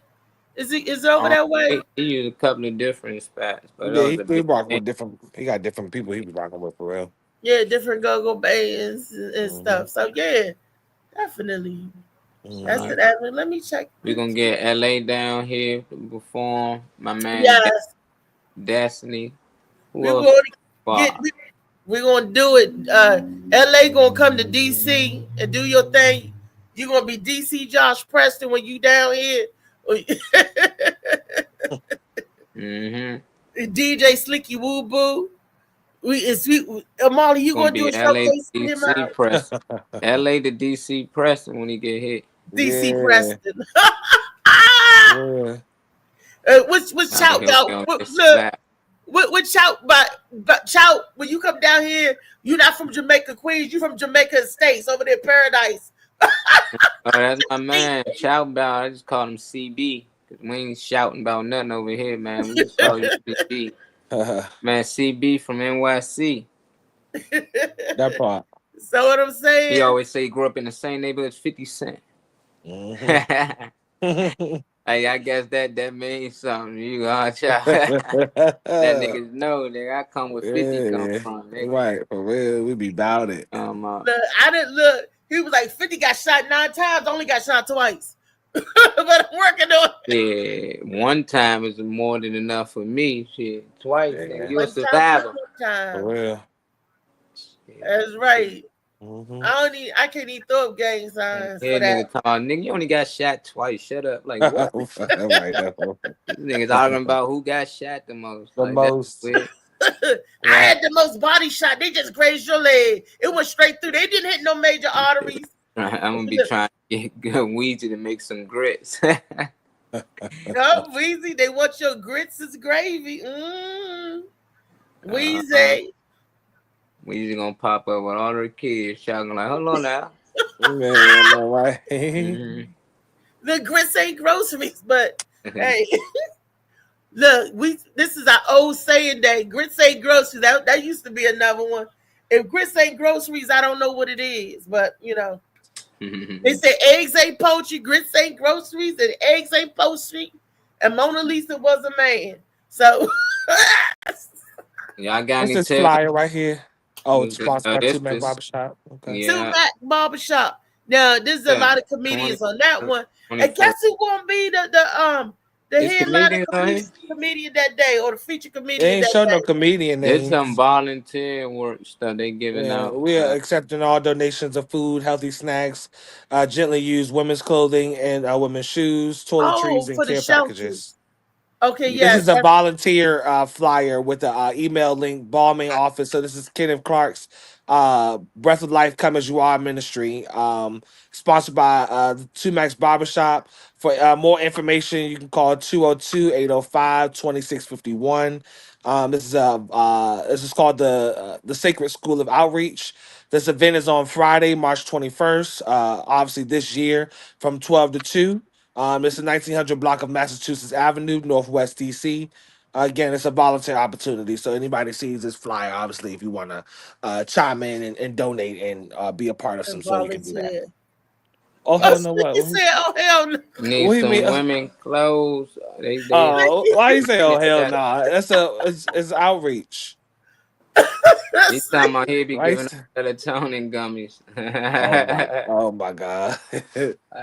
Anyway, anybody want to donate some what they say, women's acceptable donations, drop my phone and stuff. Women's food, healthy snacks, gently used women's clothing, shoes, toiletries, and care packages. So they want food as well, healthy snacks. Like I'm going to collect. So you go to collect some healthy snacks. I know that's right. I know that's right. And it's so funny because they say healthy snacks, and you'll see fruit roll-ups, and that be the first thing in the thing for the kids. You want healthy snacks. And you see pressures of fruit roll-ups. Josh, healthy snacks. Josh, go ahead. So snacks.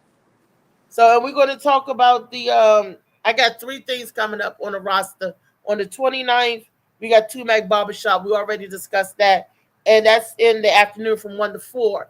Then later on that evening, I'm going to be at the Pussycat Theater. Wait a minute. I'm going to be at the Black Box Theater. The Black Box Theater is Silver Spring, Maryland. There we go. You know how I remember that? Am I here? There's Gwen on it. Oh, that's the one with Gwen on it. Yes, that's the one where I'm a special guesting. That's that one. Yep. Yeah. On the 28th. I see you on the far right with the blue on. Let me see. Oh yeah, there you go. Shades of blue. AM on it right there. I see it. With the blue. With the black hair too. See, she got all. Look, I see see it. I see Shaquan in between y'all, right beside with the purple. Mm-hmm. Weezy the yellow. Yeah. Dang, y'all do Destiny like that. I don't see no white girl up there. I don't see no. Yeah. Y'all stupid. That's my girl out. That must be Miss Arkansas in the back left. Yeah. Miss Arkansas, I see him. Yeah, in the red hair, red dress. Uh-huh. Uh-huh. They laughing at you, Trey. I know, I see it. We're here. Mama. Right. Tomorrow till Thursdays. That's where we talk about a bunch of BS. I can't wait, man. Reese, you got a story for it. You got to have one for it. Cause Lee ain't probably telling more stories for us. Somebody gotta tell us some stories. Old school. Josh. Smiling. Nigga came from wildin', mama. Mama, I'm the pilot, mama.